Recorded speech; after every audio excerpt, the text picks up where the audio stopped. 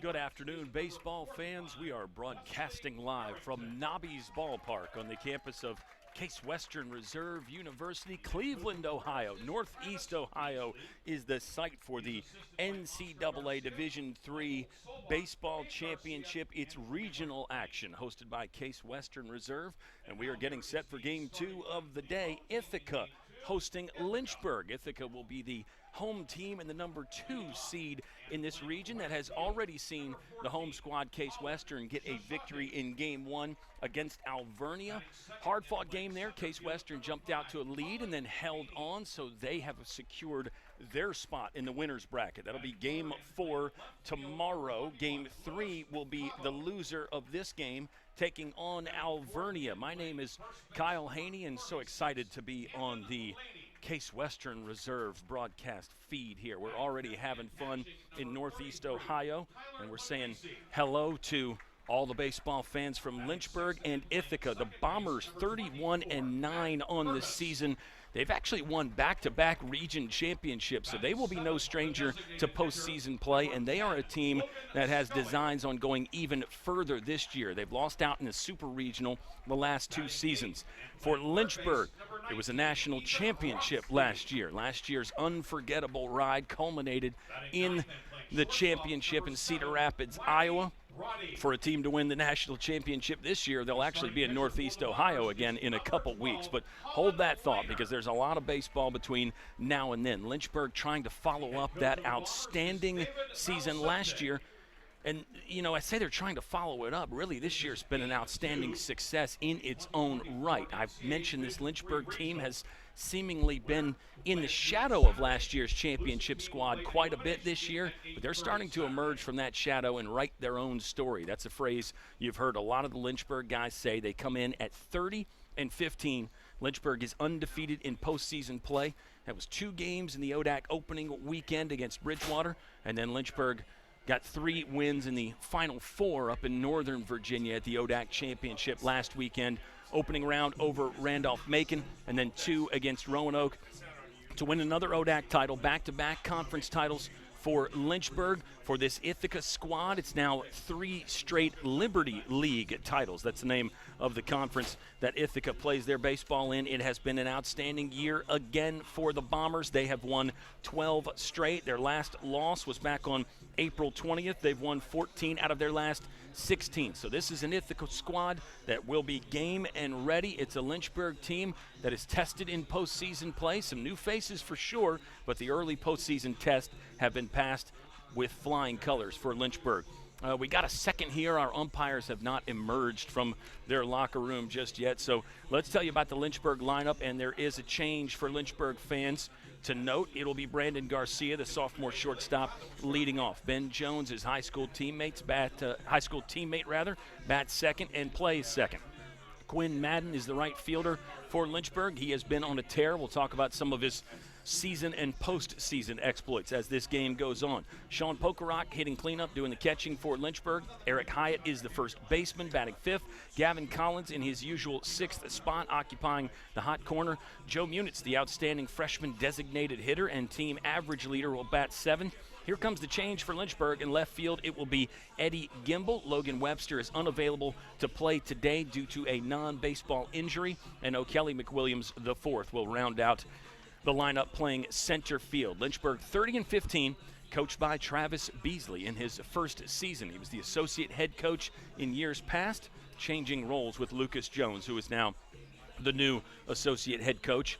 And a note for the Ithaca fans, Coach Lucas Jones was the head coach last season, but now the associate head coach for Lynchburg. Lynchburg traveling from Central Virginia, about a 7.5-hour drive up here to Cleveland, 477 miles, it looked like, according to the internet. And for Ithaca, it's a 5-hour and 3-minute trip, 329 miles from Central New York for Ithaca College. The Bombers 31-9, coached by David Valcenti in his 5th season. He's just the 4th coach in program history, which I think is a really cool note. This is a team that had plenty of success in years past. Ithaca has 2 national titles in 1980 and 88, 3 national runner-ups, 76, 81, and 86.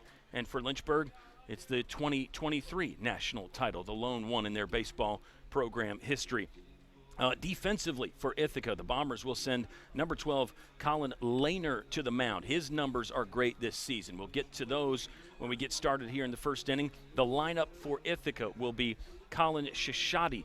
Senior will be in right field and leading off. Colin Feeney is playing center field, batting second. He's a junior from Ridgewood, New Jersey. Luis Fabo has over 200 hits in his career. He'll be in the third spot playing left field for Ithaca. The cleanup hitter is Camden Laney, a freshman from Decatur, Georgia. Catching is number 33, junior Tyler Puglisi. And in the sixth spot, it'll be the second baseman Matt Curtis, a sophomore.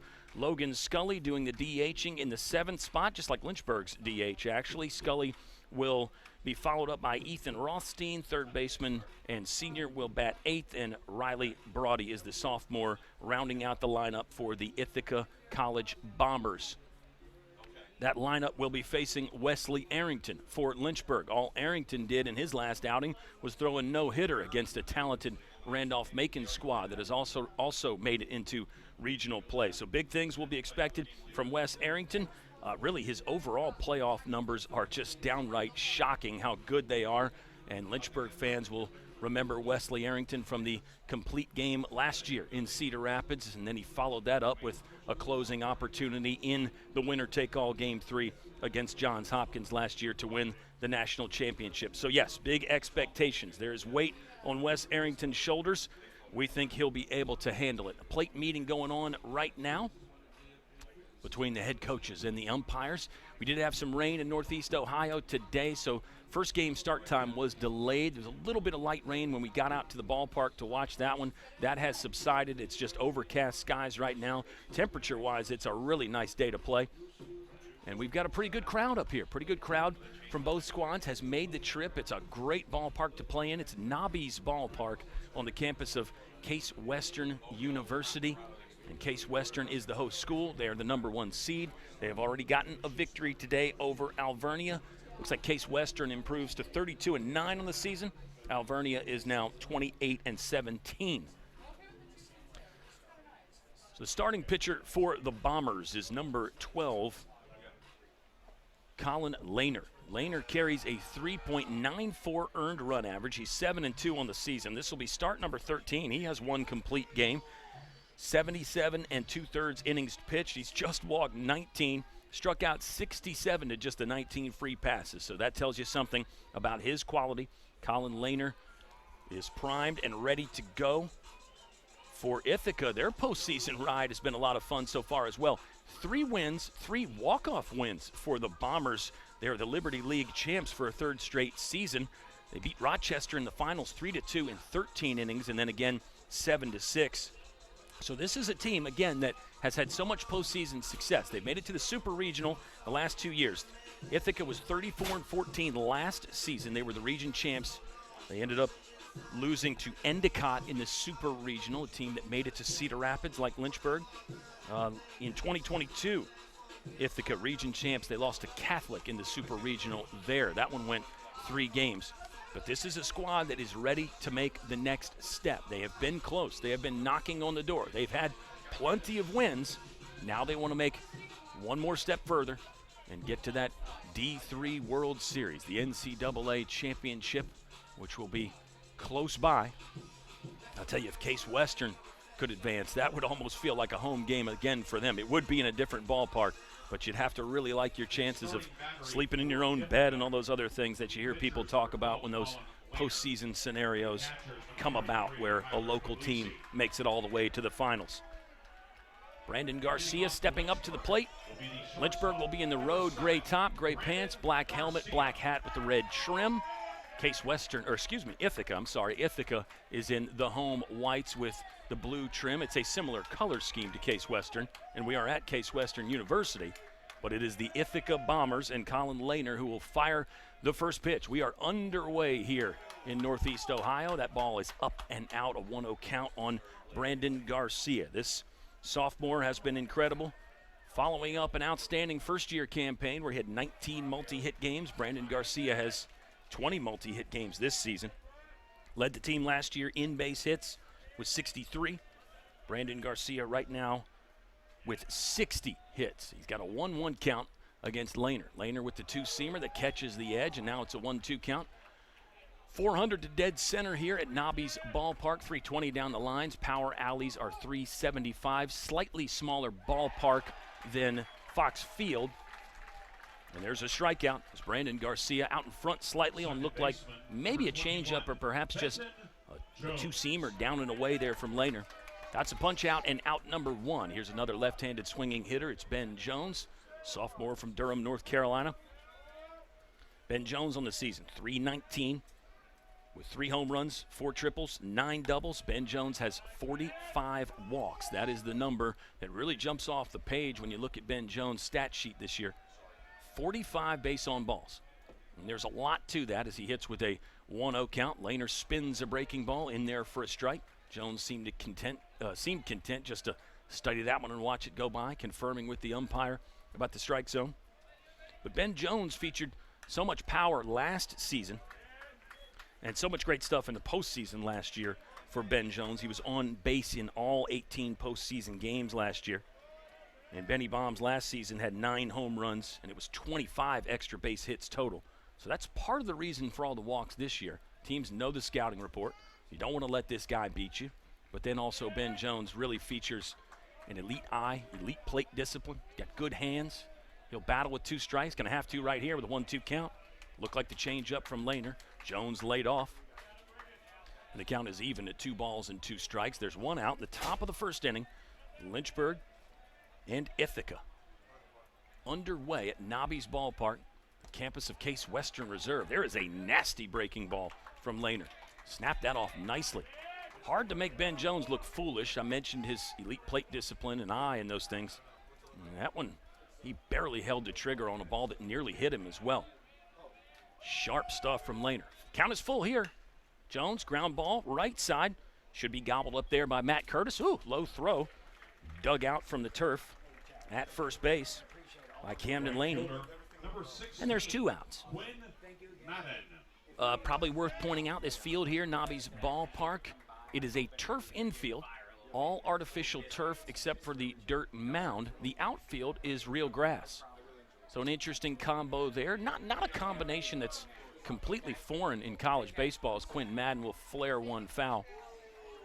And the general thought is, if you don't have money to turf the whole thing, just turf the infield. It's rare to have a game canceled because the outfield is too wet. So it actually makes sense to just turf the infield. And if you can get enough funds to come back and turf the outfield later on, you can do that. We'll see if that's a factor at all. There is a little bit of a noticeable lip where the artificial turf meets the real grass there at the back edge of the infield. 0-2 count. Lehner's trying to work a 3-up, 3-down inning. Ground ball to the left side from Quinn Madden. He'll hustle down but will not beat the throw. And it is a strong start from Colin Lehner. Ithaca sends Lynchburg down in order. Here comes Wesley Arrington to pitch to the Bombers in their half of the first inning.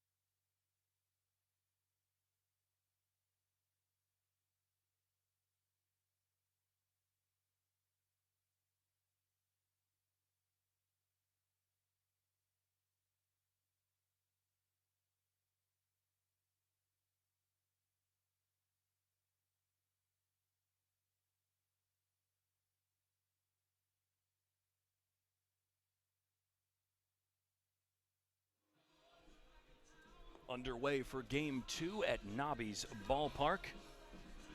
It is NCAA Division III baseball regional play, a double elimination format, which is kind of misleading. You just have to lose twice. You aren't really eliminated twice. You just lose twice, and then you're eliminated from the tournament. But that's the phrase, double elimination. And if you're Alvernia, you've already lost one game earlier today. They will take on the loser of this ball game. The winner of this game will battle against the home team, Case Western Reserve University. We are underway, moving to the bottom of the first inning. The Lynchburg starter will be Wesley Arrington, a no-hitter in Old Dominion Athletic Conference tournament play last week. It was 9 innings for Wes, no hits, no earned runs, 9 strikeouts, 4 walks, and some folks didn't even realize he had the no-no going because Randolph-Macon actually got the bases loaded in the first inning, the bottom of the first inning there. Lynchburg's been the visitor a lot here in this postseason run. Last 3 games specifically, Lynchburg has been the visiting team. But Randolph-Macon got the bases loaded, and so sometimes when a team threatens like that in the first inning and gets runners on, it's easy to forget that the pitcher hasn't given up any base hits, but that's exactly what Wes Arrington did. Second career complete game for Wes, the guy they call the sheriff, and he had the handcuffs out, sending a lot of Macon batters to jail. He will get a first pitch swing from Colin Shishati, the senior right fielder from Northport, New York, has been on base in 16 consecutive ball games. That's the longest on base streak for the Bombers right now. No real long hitting streaks for either team, in fact, but definitely some guys with numbers worth talking about. Wesley Arrington dots the outer black for strike 2, and it's an 0-2 count. Wes pitching with red cleats to go along with the gray uniforms for Lynchburg. Planned off the plate pitch there is ball 1.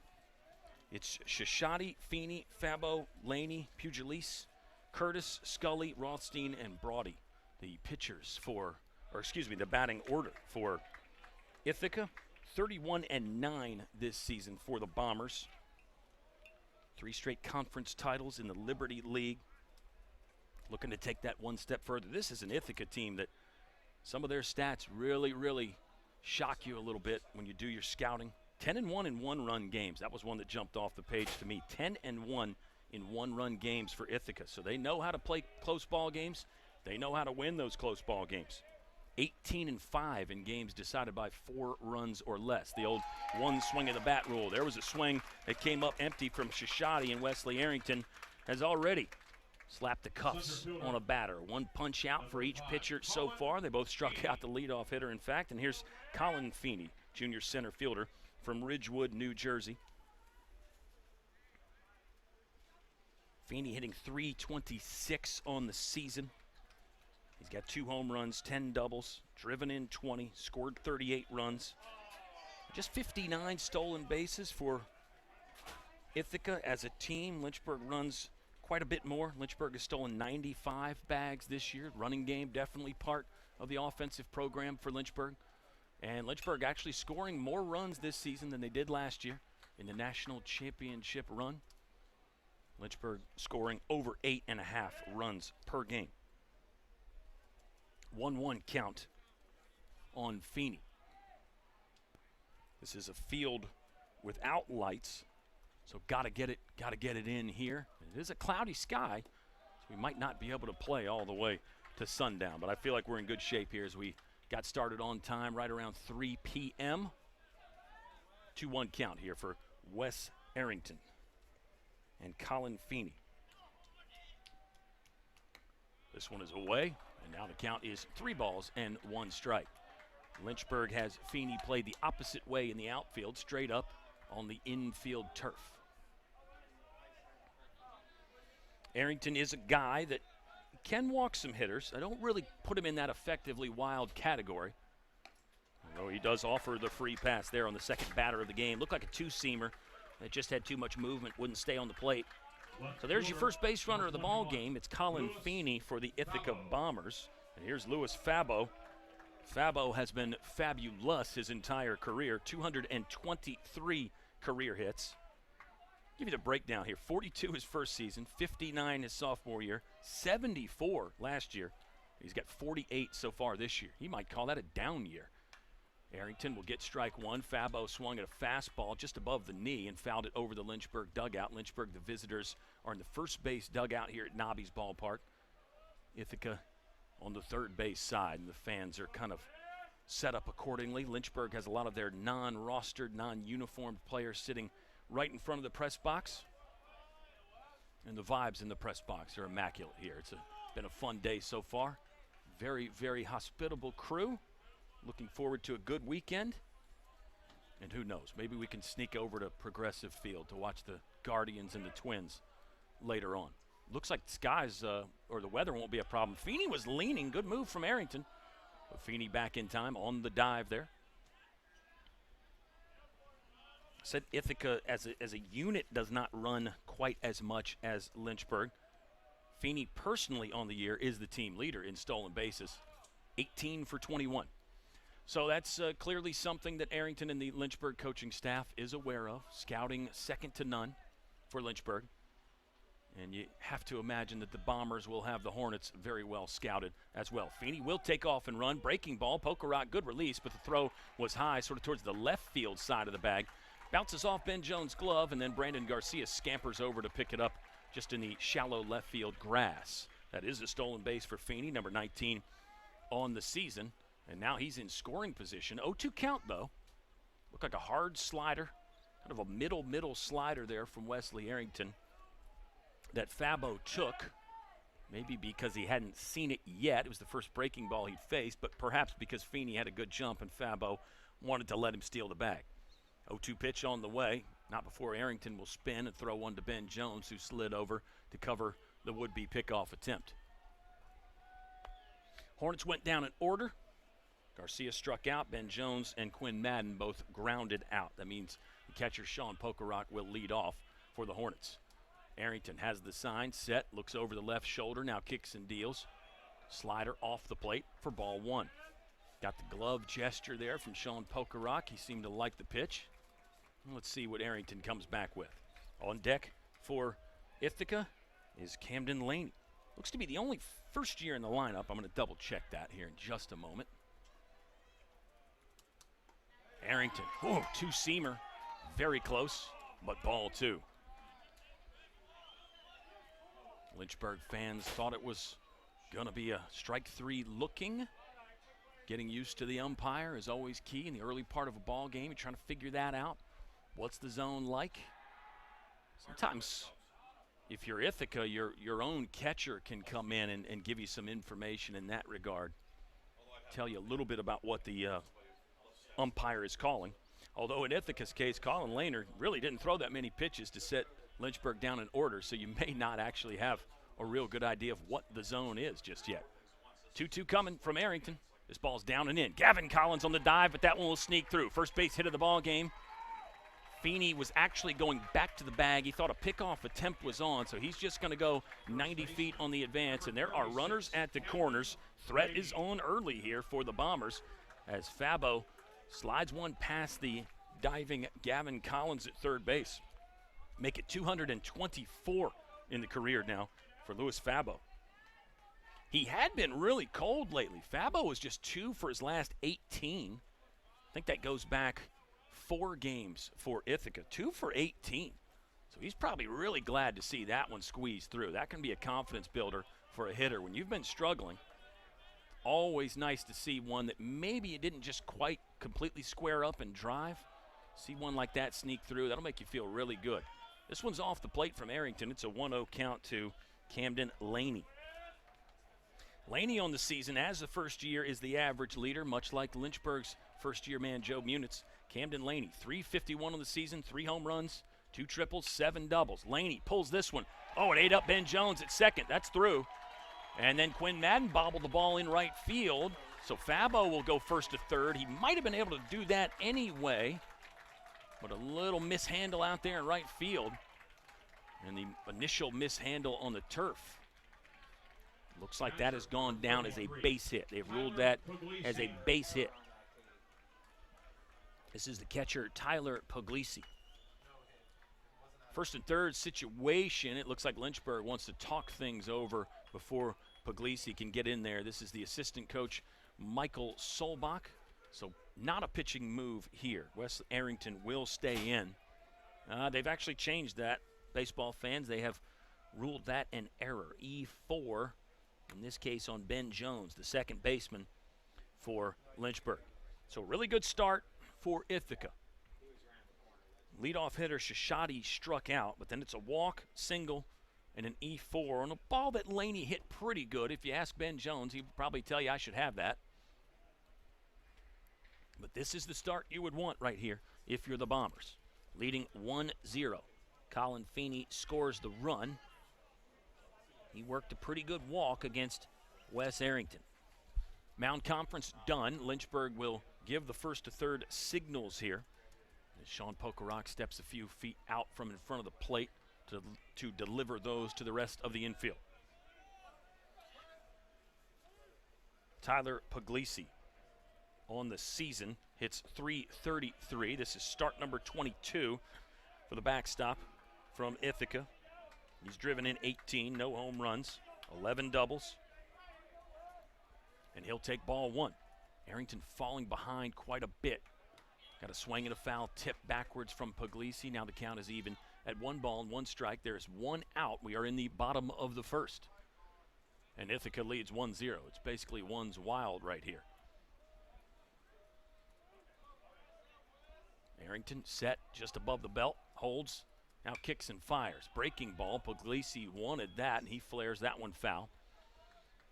There are campus buildings right around Nobby's ballpark, and that's one thing you notice pretty quickly is that the building behind us and down the first base line gets peppered quite a bit from the foul balls. So you got to have your head on a swivel out there, even as a fan. Here's the pitch, the 1-2 from Arrington, low and away. I said I thought the rain was done today, but it is actually falling again here in Cleveland. Just a little light rain. Umpires looked around a little bit, but don't show any indications of stopping it. We're seeing umbrellas come out in the stands. There's one very close from Arrington. He got onto the turf there. I think Arrington thought that was a strike. Good hold from Puglisi. It takes a lot of trust, especially early in the game when you don't quite know the zone. It's a full count. Runner might be on the move here at first.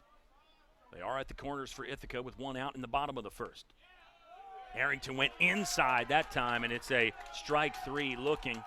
Big punch out there for Lynchburg. Arrington thought he got him on the previous pitch.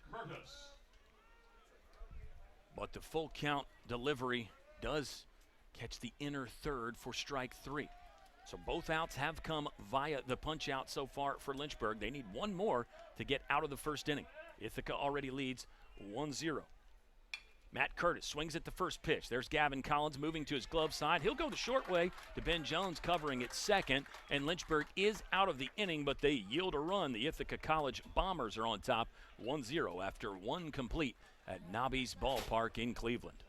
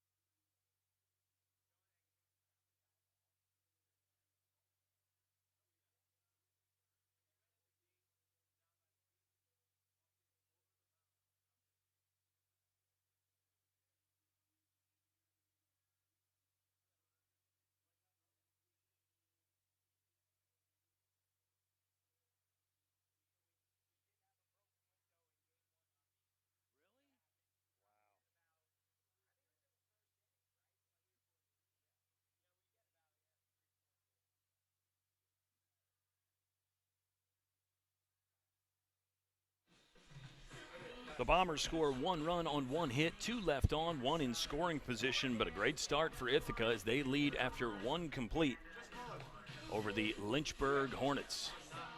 Bombers and Hornets, 2 teams that have very, very strong postseason resumes from the last couple years.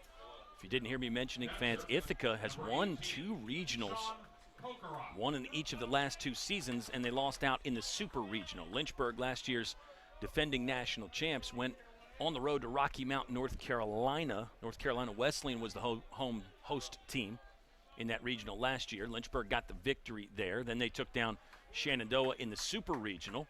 And then it was on to Cedar Rapids, Iowa, where Lynchburg finished things off for the national title. But they'll play from a 1-0 deficit right now. It's a 1-1 count. Colin Lehner set down the Lynchburg line up the Lynchburg starting three in order, and now it's the cleanup man, Sean Pokerot. Catcher will slash this one into left field. Deep here, but Fabo with a nice composed grab. Did a nice job to open up the hips and sprint back, and then he ends up kind of backpedaling in the catch. Louis Fabo makes the grab. I think it's a swing that could build some confidence for Lynchburg. Sean Pokerot timed it up, really hit that ball well, just not well enough. We saw a couple balls hit the fence in game one.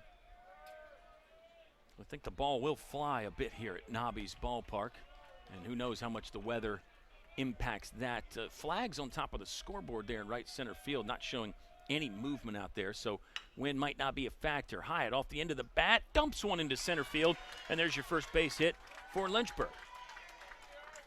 So that's the funny thing about baseball, right? Pokerot really drills his one, high exit velocity at the left fielder for an out, and then Eric Hyatt gets one off the end of the bat for the first single of the ball game. But you'll take them any way you can get them right now if you're the Hornets. And I say right now, but that's probably any time in baseball, right, fans?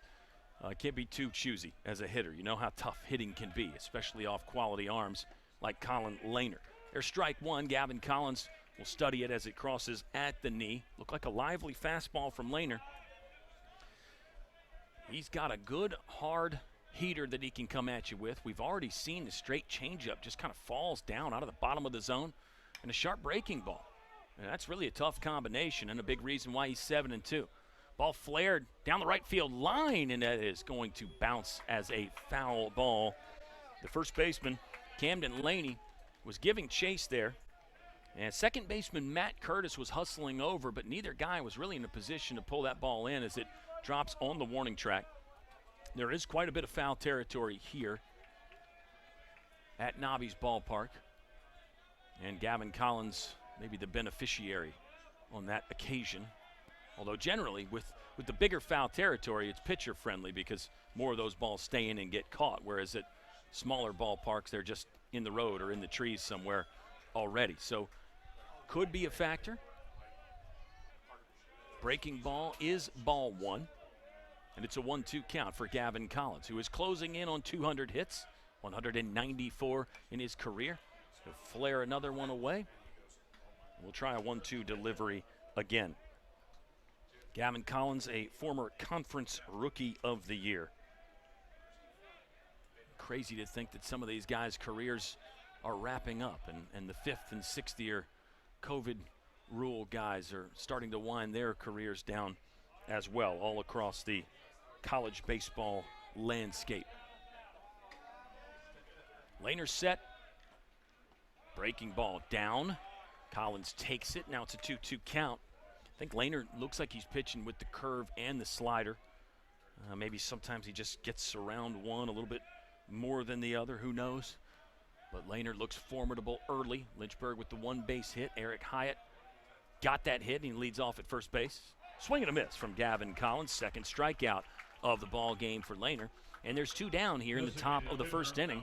Number 9, Joe Munitz. This will send up Joe Munitz. Munitz has had an incredible start to his collegiate career. 389 this season. That is in 23 starts. I believe Munitz's first start came back on March 20th. And really, he's been in the lineup ever since. Swinging a great bat, second team all-conference performer. First-year man Joe Munitz for Lynchburg.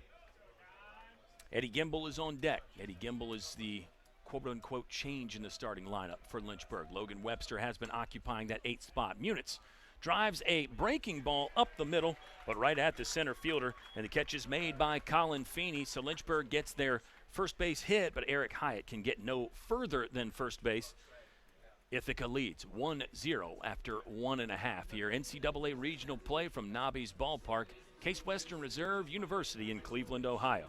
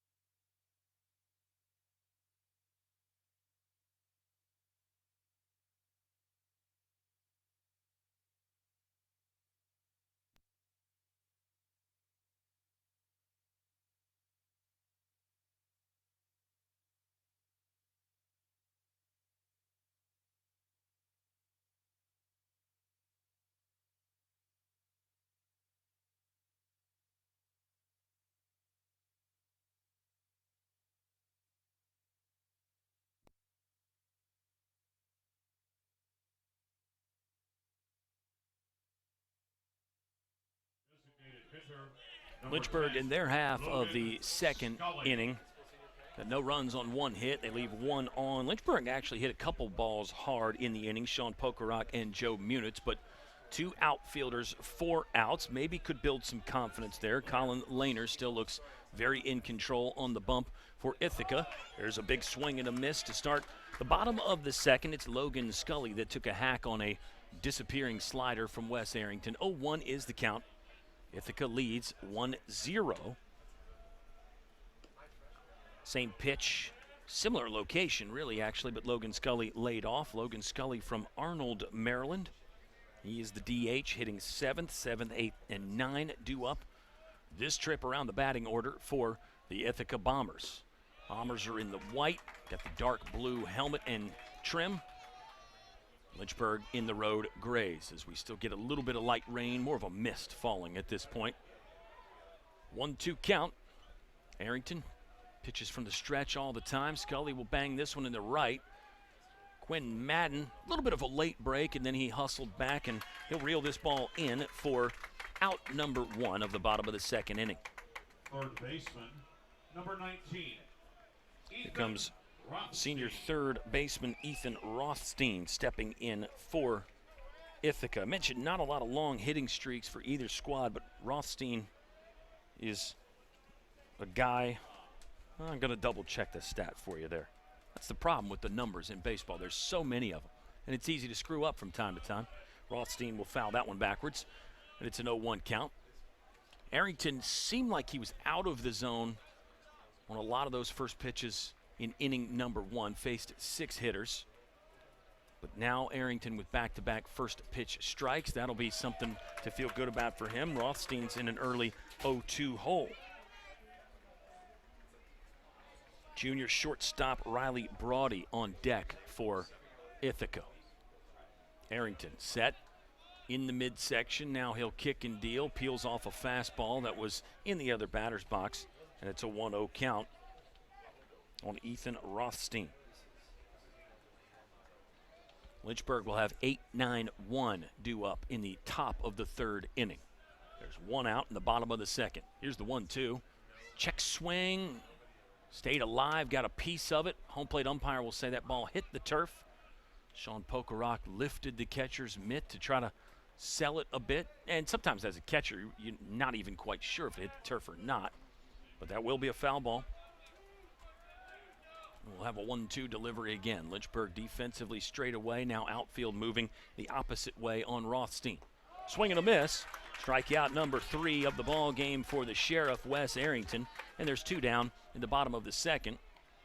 Arrington is a guy that his whole career has pitched in the upper 80s, but his second half of the season here, his 5th year, the velocity's even ticked up a bit from that.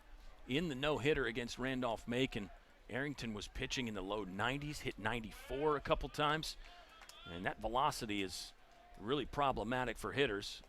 And it's not a flat 92 or 91 either from Wes Arrington. It's got some movement. His 2-seamer will run back in to a right-hander. Riley Braudy is a lefty shortstop from Rome, New York, and it's a 1-0 count.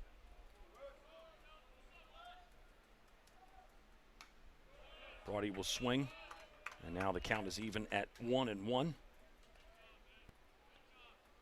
Braudy's numbers have not been great lately when you look at the per-game stats.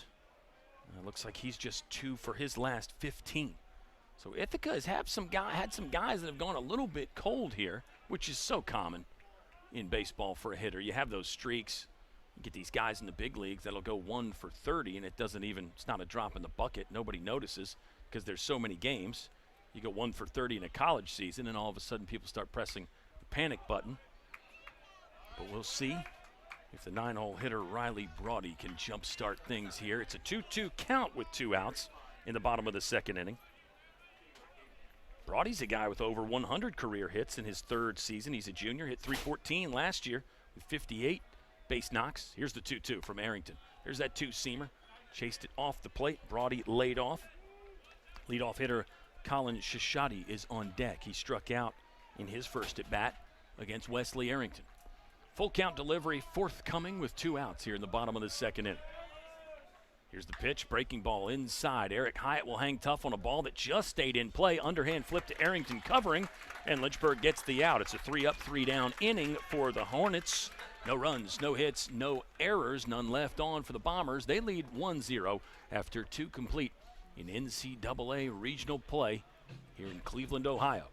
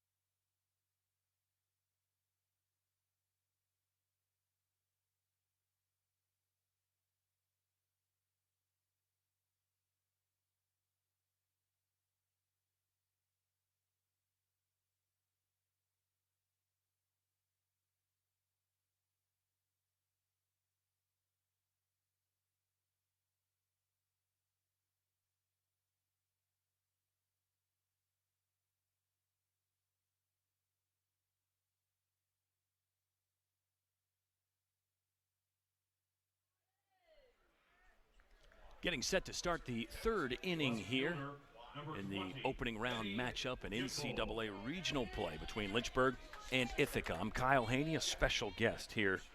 Athletics.case.edu is what you're tuning in on. The crew here at Case Western Reserve University, so hospitable, and they seem to be enjoying this fun day hosting baseball. There's NCAA softball going on campus as well. It's a busy time in college athletics, and specifically here at Case Western Reserve. So maybe we can sneak over and watch some softball at one point. 0-1 count here on Eddie Gimble. Now it's 1-1 as Lehner misses the zone. More about Colin Lehner. Went 7 innings in his last start. That was against Union in the Liberty League tournament. He'll pepper the zone with a 2-seam fastball. Lehner is 6'3", 200 pounds. He has 7 in his last start, 6 against Vassar on May 3rd. So this is the 3rd time he's taken the ball in the month of May. But the numbers are really good this season. Ooh, just north of the zone on a very competitive pitch from Lehner. Kind of wondering how Eddie Gimble laid off, but a good hold there. And what I thought was a very nasty pitch. But yeah, Lehner 7-2, 1 complete game. This is start number 13. He's over 70 innings on the season. He is just a quality arm. There's a reason why he's getting the ball in this situation. I think Ithaca has thought of him as the ace the entire season. So far, so good. He'll get Eddie Gimble to fly out for the first out in inning number 3. Here's the center fielder, O'Kelly McWilliams IV, the guy they call Ivy, or IV for the Roman numerals at the end of the name. O'Kelly McWilliams spent some time as the leadoff hitter for Lynchburg, also batted in the 2-hole some, but basically the second half of the season on, he has been the 9-hole man for these Lynchburg Hornets. He is a 5th-year transfer. 0-1 count there as Lehner gets ahead. McWilliams on this ball to center field, long run, but plenty of room out there for Colin Feeney to make the catch. And now there's 2 down. In the top of the 3rd inning, and the top of the lineup is back for Lynchburg. It's the shortstop, Brandon Garcia. Struck out in his first at-bat against Lehner. One of 2 punch-out victims. Wesley Arrington has struck out 3. Wesley Arrington has struck out 3 for Lynchburg. And it will be the top of the order coming back for Ithaca to begin their half of the bottom of the 3rd inning. 1-0 count for Brandon Garcia. His high school teammate Ben Jones waits on deck. The complete game for Colin Lehner came back on April the 6th. That was a complete game 4-hitter, surrendered 1 earned run. He did give up 9 hits and 6 earned runs in that last start that he made back on May 9th. Struck out 5 in that ball game, walked 2. That K to walk ratio is really elite, though, from Lehner. On the season now, he struck out 69 and walked just 19. I mean, that's incredible. So he's a guy that pitches to contact. He's going to get his share of strikeouts as well. 1-2. Garcia trying to avoid becoming a strikeout victim for the 2nd time this afternoon. He'll just use the hands and fight off a really nasty pitch again from Lehner. 1-2 count with 2 outs. That one further off the zone. Good hold from Brandon Garcia. Count is even at 2 balls and 2 strikes.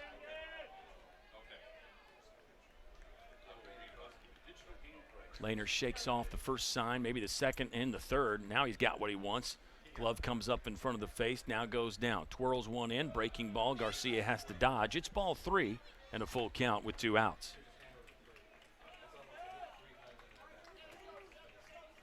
Lehner is just a junior as well. So there's something else to be excited about if you're Ithaca. A program with an incredibly strong tradition. They just keep on rolling. 3 straight conference titles. They're trying to make it 3 straight regional championships as well. They've stalled out in the super regional the last 2 seasons. Garcia stays alive again. A little bit better medal on that one. Colin Lehner last season was an all-tournament team member in that Cortland regional that Ithaca won. He was a second-team all-region player on the ABCA voting in Region 3. Ground ball right side. Frustration from Brandon Garcia. He's out, and the top of the 3rd inning is done. It's another 3 up, 3 down inning. Lehner has faced 1 over the minimum through 10 hitters, and Ithaca leads 1-0 after 2.5 at Nobby's Ballpark.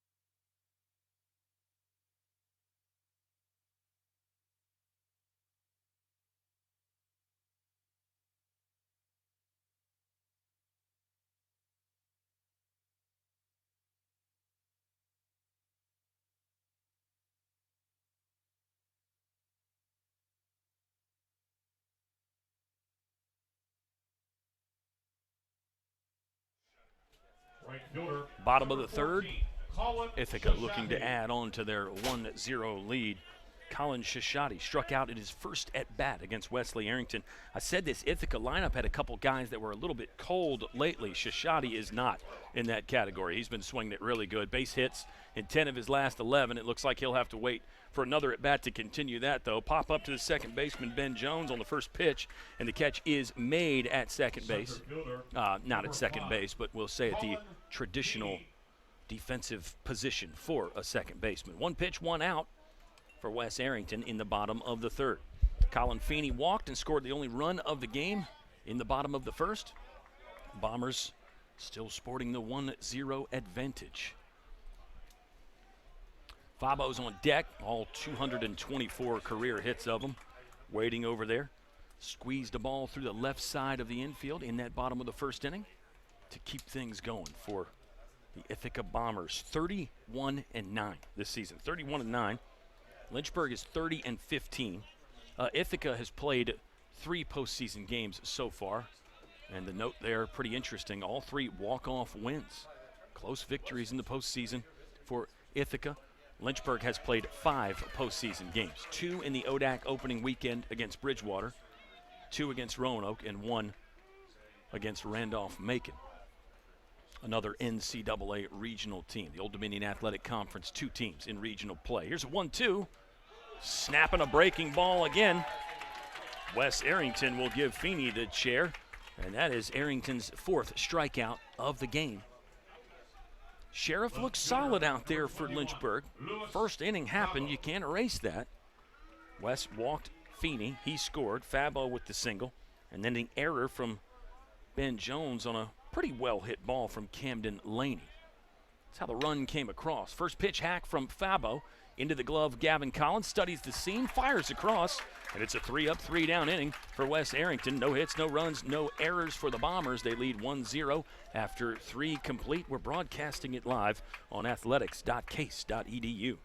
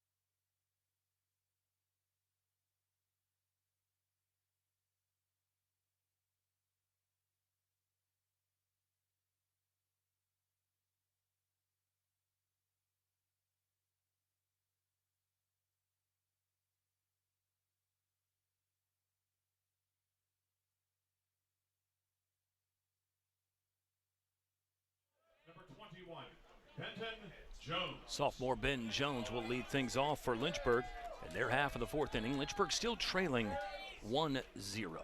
Each team has one hit. Lynchburg has the one error. Lynchburg has left one on base. That was Eric Hyatt on the one hit. It's just one over the minimum for the pitcher, Colin Lehner, for Ithaca.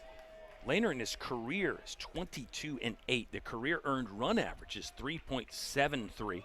He's got 5 complete games in his career. 3 of those came last season as a sophomore.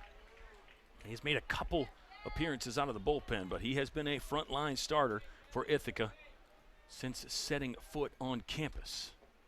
Swing and a miss from Ben Jones. 1-2 count.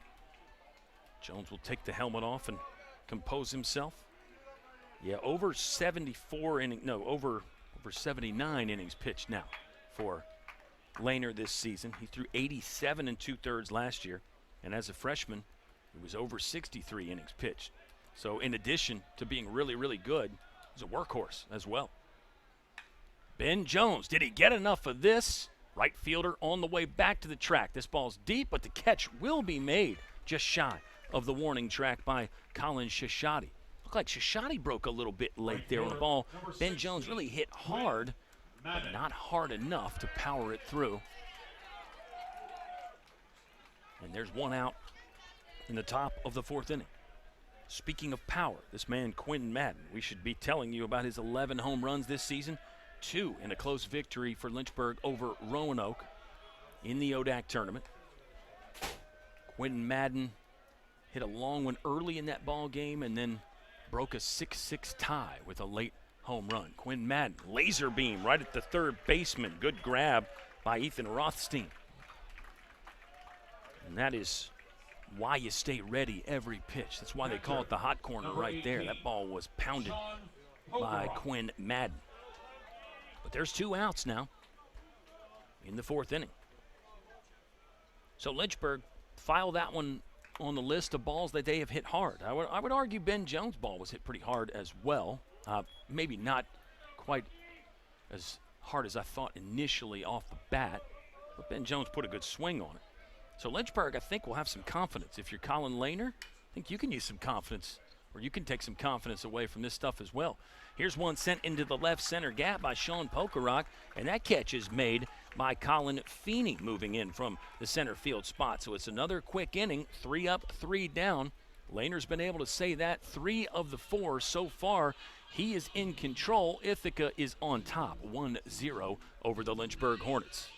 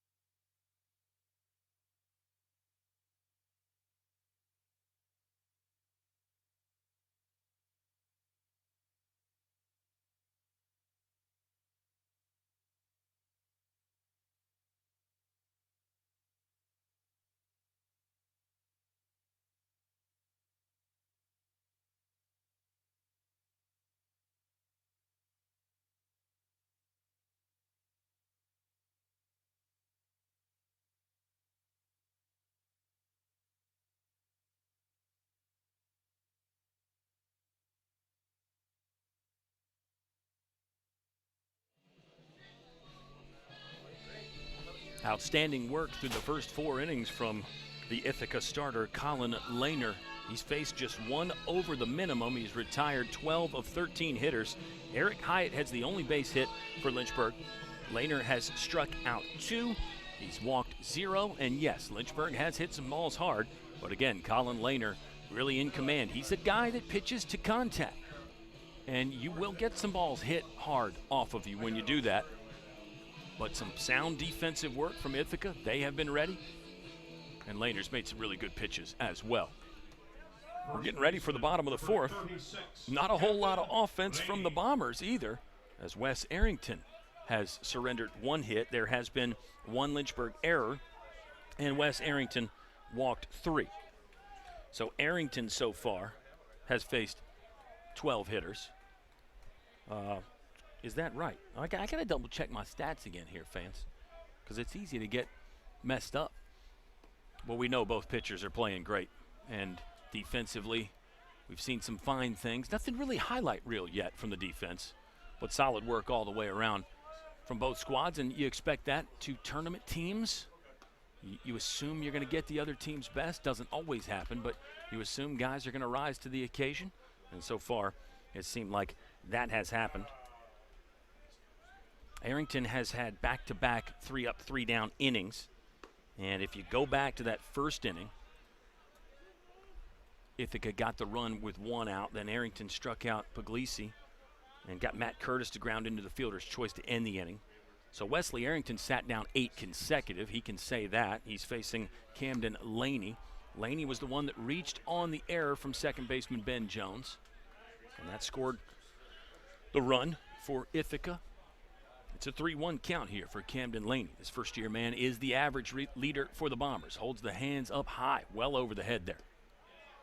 I guess the old-school baseball fans might remember Craig Counsell, who is now a current Major League manager. It's about the only guy I can think of that would have the hands higher than Laney had them there. His are way up. He's been on twice. No base hits yet for Laney. He just took a walk there. And so now the run of batters retired consecutively for Wes Arrington has come to an end as Laney is on with nobody out in the bottom of the first inning. Could be a sacrifice bunt time here. We'll see. Swing and a miss. No, Puglisi was not squaring around to bunt. He took a big cut on that one. Came up empty, and it's an 0-1 count. Looked like Arrington took something off that.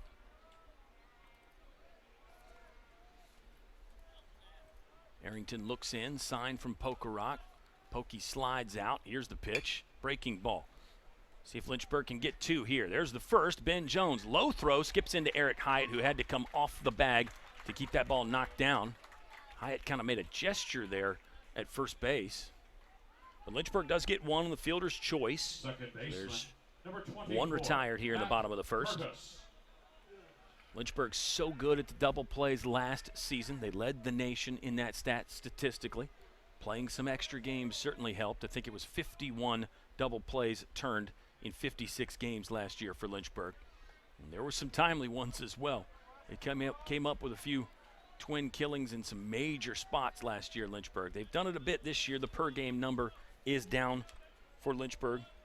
It looks like 31 turned as a team through 45 games for Lynchburg. Slider, miss from Arrington. 1-0 is the count on Matt Curtis. The second baseman did ground out on a fielder's choice, 5-4 to end the first inning for the Bombers, who got their lone run in inning number 1.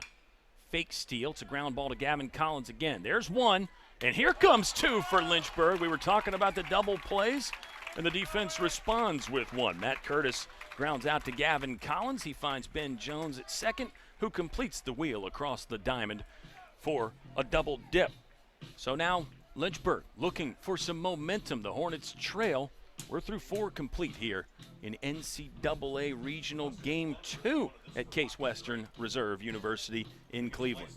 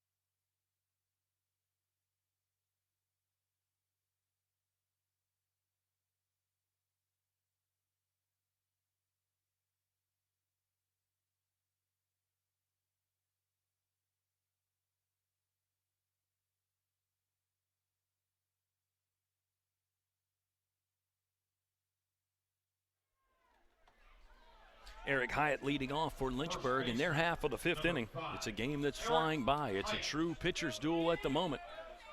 Both starting arms have surrendered just 1 lone base hit. Wes Arrington has walked 2. He walked a batter to begin the bottom of the 4th inning a few moments ago, but pitched around it back-to-back ground balls. First one was just a plain old fielder's choice. The second one does result in Lynchburg's turning a double play, 32nd double play of the year now for the Lynchburg Hornets. 0-1 count as Colin Lehner in complete command. This is the only guy he surrendered a hit to.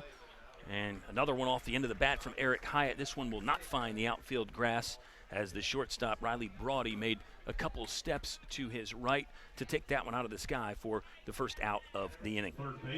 Lynchburg has hit at least 3 balls hard by my count at outfielders or where outfielders have made catches. Quinn Madden hit a ball pretty hard. Sean Pokerock in his first at bat hit the ball well, and Joe Munitz hit the ball right at the center fielder. Big swing from Gavin Collins on a pitch upstairs, and it's an 0-1 count to the senior third baseman for the Lynchburg Hornets.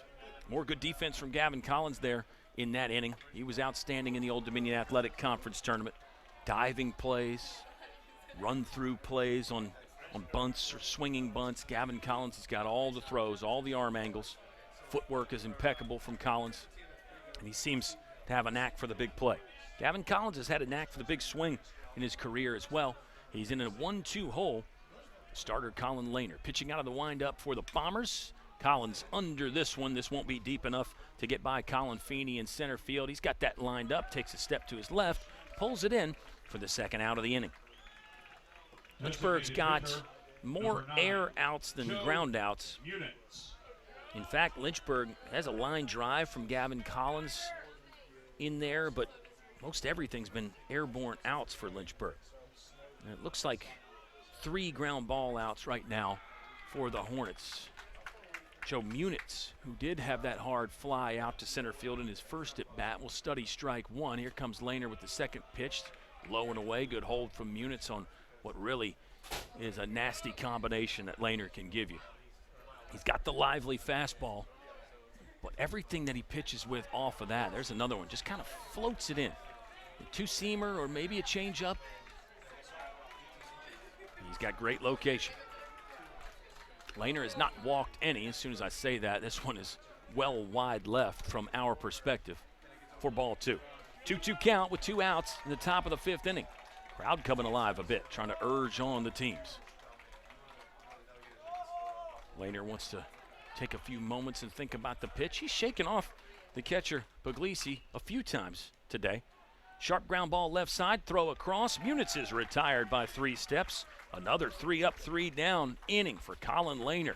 The junior is on cruise control for the Ithaca Bombers. He'd like a little bit more run support. Bombers on top, 1-0. Looks like Lynchburg's got a change coming up. We'll figure it out and get back to you for the bottom of the 5th in just a moment.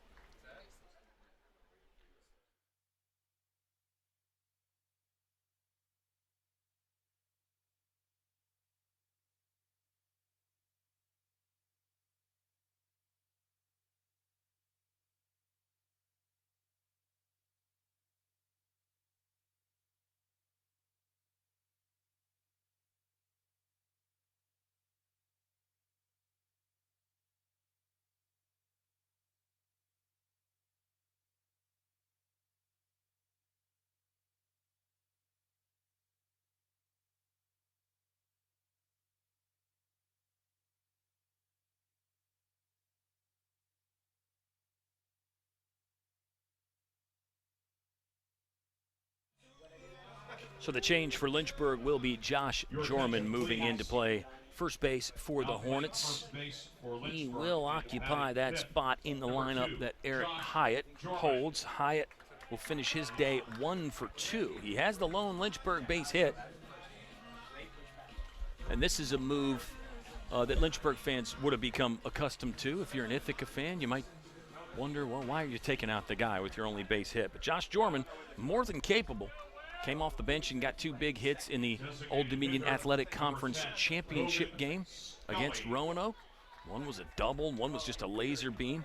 And I will tell you, Ithaca fans, that Jorman was the average leader last year for Lynchburg before he was injured heading into postseason play. It was actually the second game of postseason play. It was an ODAC conference game, ODAC tournament game rather, last year that Josh Jorman got injured. He's actually had quite a few seasons cut short due to injury. I know Josh Jorman's really just happy to be injury-free and playing baseball in the postseason right now. So Jorman's out there at first. That's our first change of the game. Both starters still working effectively on the mound, including Wes Arrington. Arrington's got a 1-1 count on Logan Scully. Bouncing ball, left side. Gavin Collins got the hop, has to hurry. Throw is slightly to the home plate side of the bag, but Jorman will make the catch over there. And it's the first out of the bottom of the 5th inning. And it is a fast-moving game because of the way the pitchers are working. Colin Lehner, can't say enough good things about this junior for the Ithaca Bombers. He's faced just 1 over the minimum. He has hit none, he has walked none, surrendered 1 soft single to Eric Hyatt. Lynchburg's hit a few balls hard at fielders, but Lehner is really just pitching a gem at the moment. Talk about rising to the occasion here in the playoffs. Lehner is doing that. Wes Arrington, postseason numbers are outstanding. Career numbers in general are really good for Wesley Arrington. Let's give you some of those. It's an 0-2 count as Rothstein fouls one away. Rothstein struck out in his first at bat, 1 of 4 that the Sheriff has punched out. Wes has walked 2 and surrendered 1 lone hit. Each team just working with 1 base hit at the moment.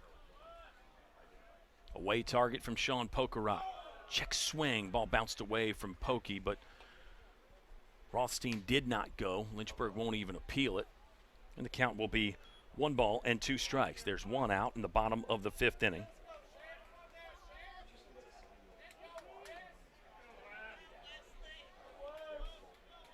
Winner of this game takes on the host team, Case Western Reserve University, tomorrow. That game is set for noon. Loser of this game has to turn around and play an 8:30 start time ball game against Alvernia, who lost to Case Western earlier today. 1 ball, 2 strikes on senior Ethan Rothstein. Arrington looks over that front shoulder, now raises the left leg, fires another breaking ball in the dirt. Rothstein does not offer, and the count is even at 2 balls and 2 strikes.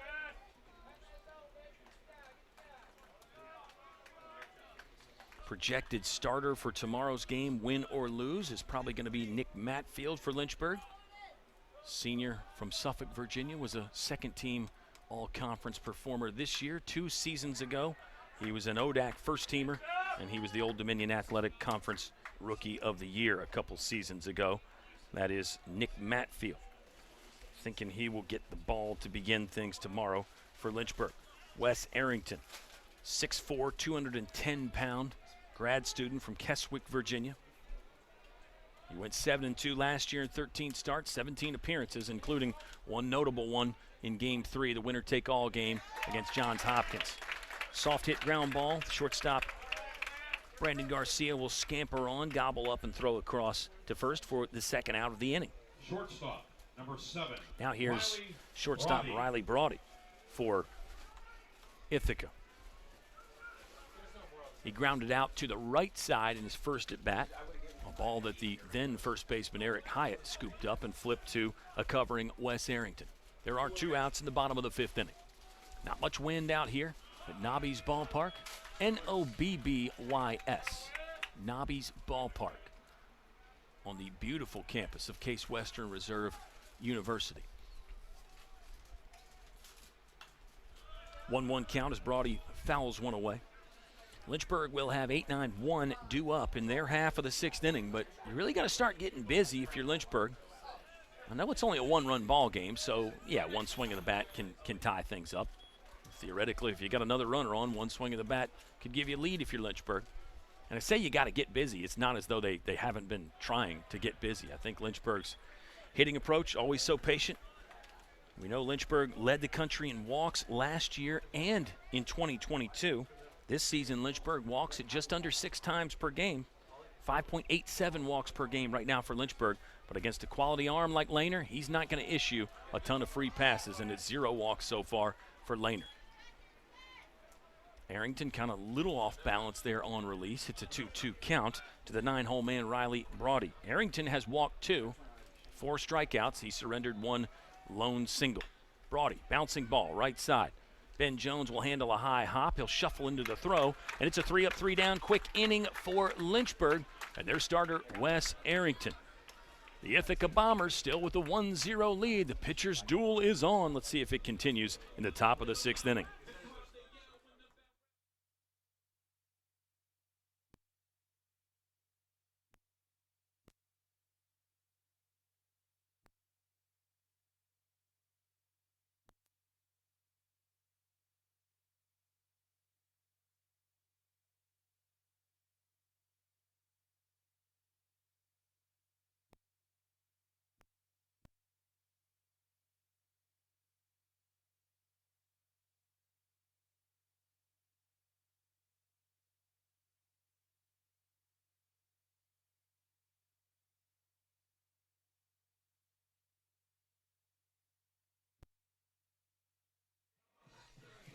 A lot of times the offenses are cranked up in postseason play. You're seeing teams score more runs. Hitters have had more looks at pitchers throughout the year. Everybody's seeing the ball well, but right now in Game 2 of the Case Western Reserve Regional, we are seeing a true pitcher's duel unfold right in front of our eyes, fans.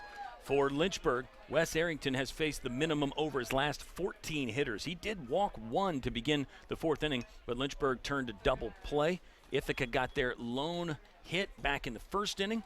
Lynchburg got their only hit of the game back in the 2nd inning. It has been 12 straight retired now for Colin Lehner. He's sat down 12 in a row, and he's faced just one over the minimum.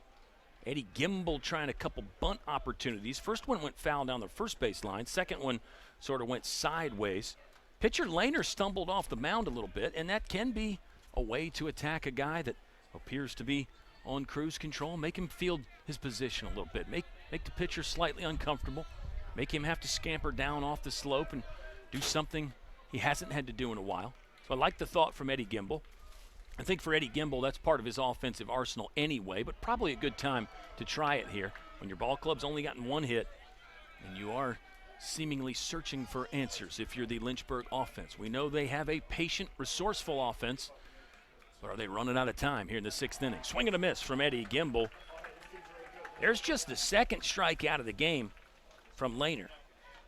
So back to he pitches to contact. Lynchburg is putting balls in play. It's not as though Lehner is just surgically carving up the Lynchburg offense, but he has been really, really good. He has been A+ despite only striking out 2. And I got to correct myself. It's the 3rd punch out for Lehner. Lehner struck out Brandon Garcia to start the game, Gavin Collins in the 2nd inning, and now Eddie Gimble here in the 6th. We are in the top of the 6th inning. O'Kelly McWilliams drives the ball to center field, but it will find the glove of Colin Feeney. Feeney's played a good center field today. O'Kelly McWilliams has flown out to him twice, and here's the leadoff man, Brandon Garcia. 3rd at bat of the game, still looking for his first hit. He struck out once and grounded out to the 2nd baseman. Brandon Garcia on the season, hitting .341. He's another guy on a long list of Hornet players that has more walks than strikeouts. Quite a few full-timers for Lynchburg can say that. Brandon Garcia has walked 39 times and only struck out 19 this season. That does factor in the one to start this game against Colin Lehner. Lehner's a junior from Edison, New Jersey, pitching like the ace that he is, living up to the expectations that the Ithaca coaching staff and fans and his teammates have put on. Off-speed pitch falls out of the zone. Garcia does not offer. It's a 2-1 count with 2 outs in the top of the 6th. Garcia hands helmet height, little wiggle there. Bat movement. He won't pull the trigger on a breaking ball. Now the count is even at 2 balls and 2 strikes. 2 outs at the top of the 6th. Lynchburg looking for their 2nd hit of the game. It would be their 2nd base runner of the game. At this point, they'll take him any way they can get him. 2-seamer just off the plate. Good hold there from the catcher, Puglisi. He should get some credit in the battery equation for Ithaca. Puglisi's done a nice job back there for the Bombers. Full count for Brandon Garcia. Here's the pitch from Lehner. Garcia up the middle. Lehner will grab that one and just toss it over to first base. Garcia was running hard, made that close. I think Lehner Probably didn't realize that Garcia was busting it down the line, but he will make the toss in time. It's another 3-up, 3-down inning for Lehner. He is dealing it on the bump for Ithaca, and the Bombers lead 1-0 through 5.5 at Nobby's Ballpark.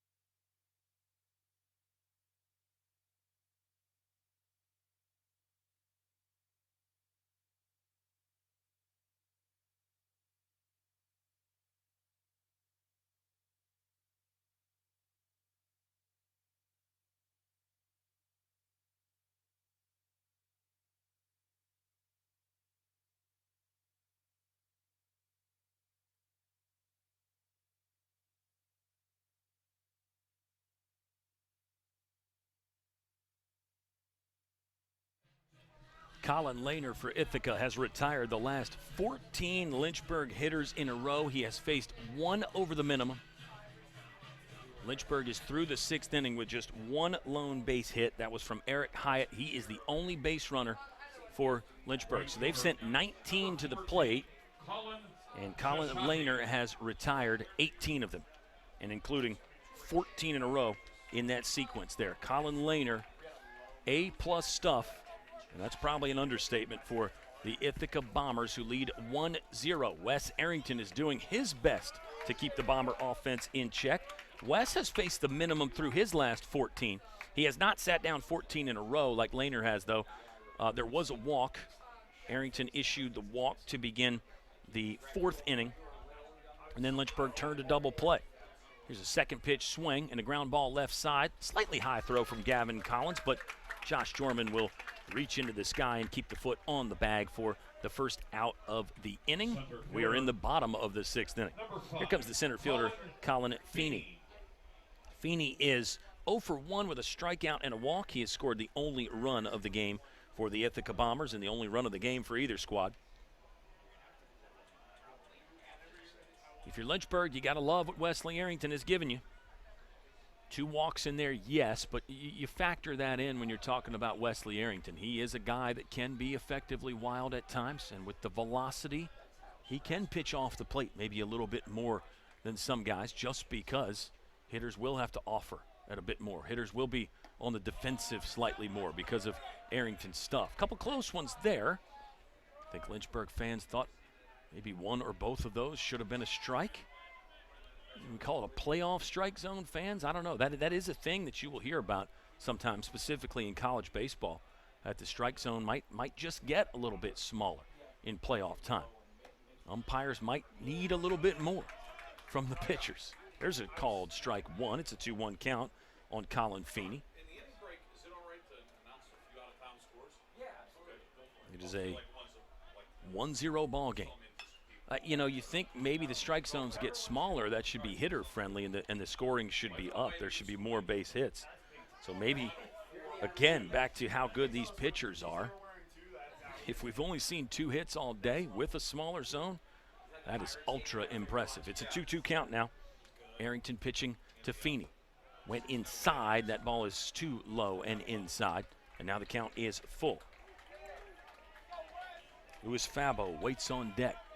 He is 1 for 2. He has the only hit for Ithaca in this ball game. Fabo with 224 in his career. Here comes a full count delivery from Wes Arrington. Went down and in again, and that's the 3rd free pass that Arrington has issued in the ball game. So Arrington faced a minimum through 15 hitters, and he could still do an extension of that with another Lynchburg double play, but right now it's walk number 3. And what looks like, combine those 3 walks with the 1 single from this man Fabo and 1 error, the 5th base runner of the game for Ithaca. Lynchburg offensively has had just 1 base runner. So 5 on board in this one so far for the Ithaca Bombers. Arrington has yet to pitch to Fabo. Feeney ran when he got on in the 1st inning. And Feeney picked up stolen base number 19 of the season in doing so. He's 19 for 22 this year in the running game. 0-0 count.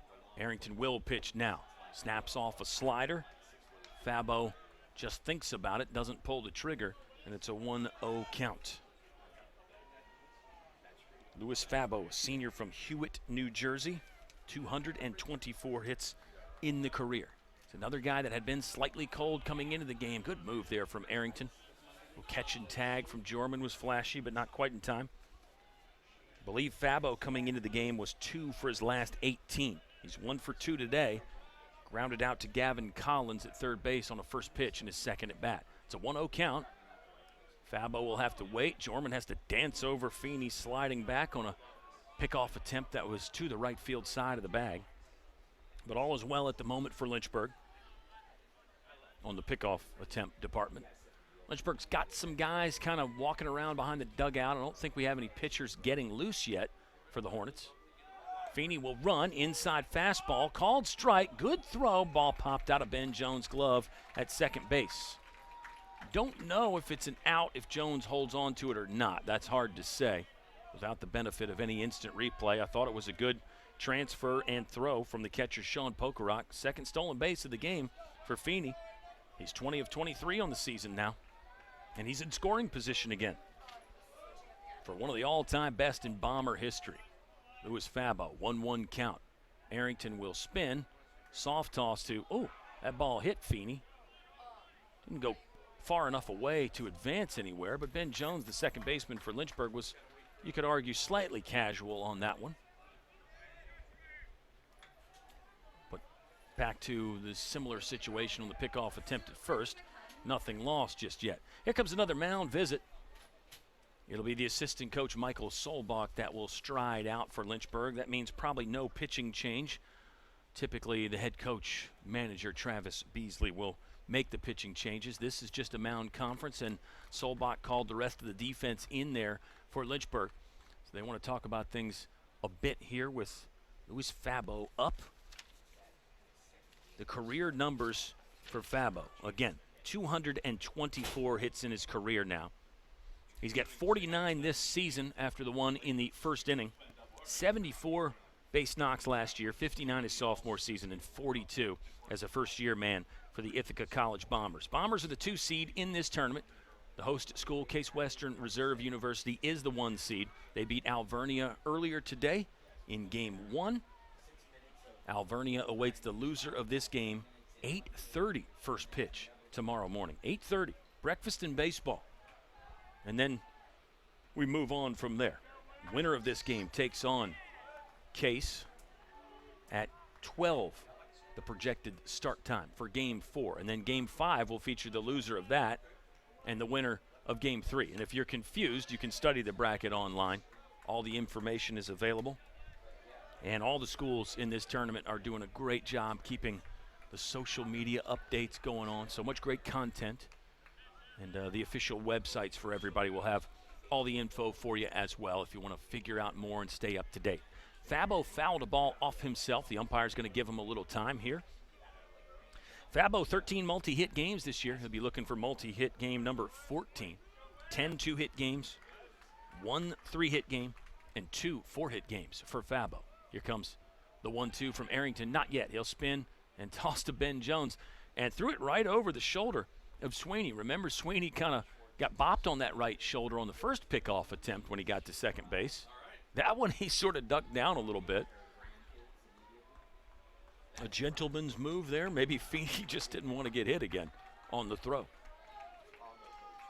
Arrington checks the runner. Ben Jones will fake the break back to Feeney. Feeney inching off. Here's the 1-2, just off the plate. Got a long hold from the catcher, Sean Pokerock.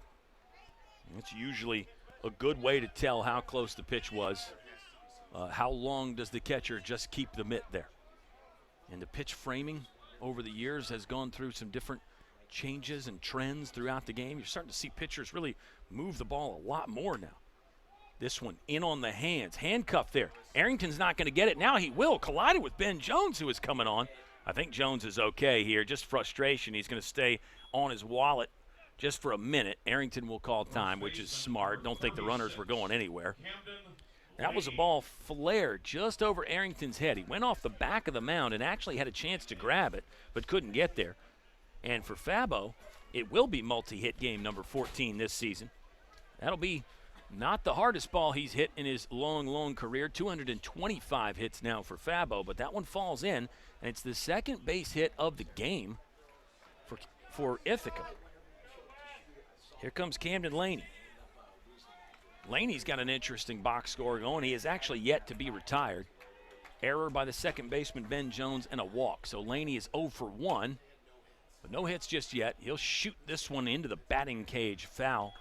Ithaca fans down that third baseline jumped up on their feet to see if that ball was going to stay fair, but it did end up being well foul, and it's an 0-1 count. So there's one out, and it's bottom of the sixth inning. Bottom of the sixth. Lynchburg could use another one of those timely double plays. If you're Laney, you're looking to stay out of that. You're looking to find a pitch you can elevate a little bit. I think that's the ideal situation here for Laney. And some coaches think differently on that. Some coaches will really emphasize, hey, stay out of the double play right here. Sometimes even a strikeout is preferred right here rather than a ground ball. Let's see what Laney can do. Part of Wes Arrington's pitching arsenal will induce a lot of ground balls. Hard velocity, sinking action on the two-seamer, slider that breaks down and into this lefty Laney. It would break down and away to a right-handed hitter. So sometimes the hitter might have a concept or a game plan going into the at-bat, and you still can't avoid the ground ball. Here's the 1-2. It will be a chopper up the middle. Ben Jones is there. Glove flip to Brandon Garcia. 360 spin and throw. There's the best defensive play of the game, and it comes at a great time for Lynchburg. Ithaca threatening again in the sixth inning, and Ben Jones moving up the middle. Went with the glove straight to Brandon Garcia, who caught it, pirouetting with the 360 and rifling to first for another double play. Second one Lynchburg has turned in the game. See if the Hornets can use that for some momentum. The starter, Colin Lehner, is back out for Ithaca. He's retired 14 in a row for the Bombers, who lead 1-0 after 6 complete.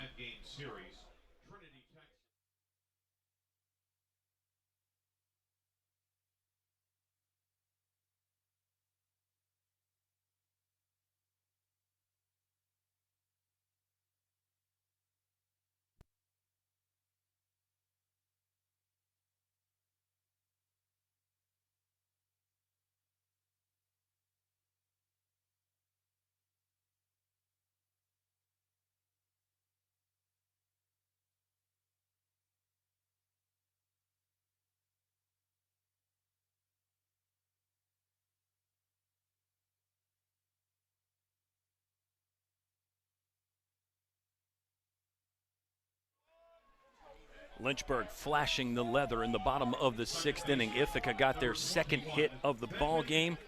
It's a bouncing ball up the middle from the first-year man Camden Laney. Ben Jones, who's stepping into the batter's box now, worked his way up the middle, backhanded the ball, flipped it straight out of his glove to Brandon Garcia, who is covering second. He did the 360 spin and threw a perfect one over to first base for the third out of the inning. 33rd double play of the season now for Lynchburg. I said the per-game numbers in the double plays were down from last season. Lynchburg led the country in double plays last year in Division III baseball with 51 in 56 games last year. It's now 33 in 45 games this season. 0-2 count. Ben Jones holds up on that ball low and away. Colin Lehner. He hasn't needed much defensive work. He's only surrendered one hit, just one base runner for Lynchburg. Lehner sat down 14 in a row, and now make it 15 in a row after Ben Jones swings through an off-speed pitch. I think that's just a straight change for Lehner that you just can't see it as a hitter. Some pitchers favor the big circle change or a changeup that has a lot of movement. I think Lehner's got one of those straight changeups that just looks like a fastball out of the hand. Looks like the four-seamer, but then it's 5, 6, 7 miles an hour slower and does have a little bit more sink, a little less rotation, and it just dies. It's just kind of a Houdini changeup. Now you see it, now you don't. 2-0 count. All right, Quinn Madden He's a guy that can do damage in any count, but this is really one of the first hitters counts that Lynchburg's been in. Lehner has been that good. Madden hit a ball hard at the third baseman in his last at bat. Line drive there. Lynchburg has barreled a couple balls up. We'll say 3 at the moment. Madden was on a breaking ball, but couldn't keep it between the lines, and it's a 2-1 count. Pokerock hit a ball hard in his first at bat. Joe Munitz did the same in his first at bat. Quinn Madden in his last at bat. So call it 3 hard hit balls right now for Lynchburg. Madden got a piece of this. This ball is back in the left field corner. It will stay in, but it's going to be extra bases. Second hit of the game for Lynchburg. Quinn Madden will drop a double off the warning track. Looked like it had a chance to go. Stays in the ballpark. Hit number 2 for Lynchburg. For Quinn Madden, his outstanding season continues. 14 doubles now for Quinn Madden. 11 home runs, the slugging percentage over .640 for Quinn Madden. And there is a potential to build some more momentum if you're Lynchburg. The catcher, Sean Pokerock, hit a ball hard in his first at bat to the left fielder. Flew out in the left center gap in his second at bat. Brief little mound conference there for the battery. Tyler Puglisi and the pitcher, Colin Lehner. First runner Lynchburg has had in scoring position, just their second of the game total. The run of batters retired in a row is gone at the moment for Colin Lehner. He'll look to start anew here with Madden bouncing off at second base. Here's the pitch to Pokerock. He'll take a breaking ball in the inside corner for strike 1. Lynchburg will have Josh Jorman on deck. Eric Hyatt got 2 at-bats as the starting first baseman for Lynchburg. Jorman subbed in. Breaking ball. Got a sniff from Pokerock. They'll appeal out to the right side of the infield where our umpire moved over. It is a 3-man crew. In Game 2 of the NCAA Regional hosted by Case Western Reserve University. Here's the 1-1. Low and in the dirt. Nice composed stop from Puglisi. He hasn't had to worry about blocking balls or moving around because Lynchburg's only gotten 1 base runner up to this point.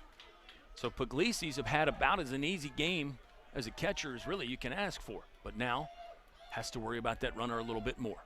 Don't want one to bounce away or get to the backstop. Pokerock belts one in the left field. Is this ball going to be deep enough? To the wall. Oh my goodness, the left fielder got his glove on it. Fabo got the leather on it, but it bounced out. Quinn Madden will hustle home. It's an RBI double from Sean Pokerock. Back-to-back extra base hits for Lynchburg. They were desperate for something, anything.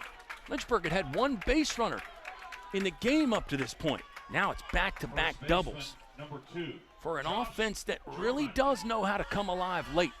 It's an offense that is so resourceful, so patient.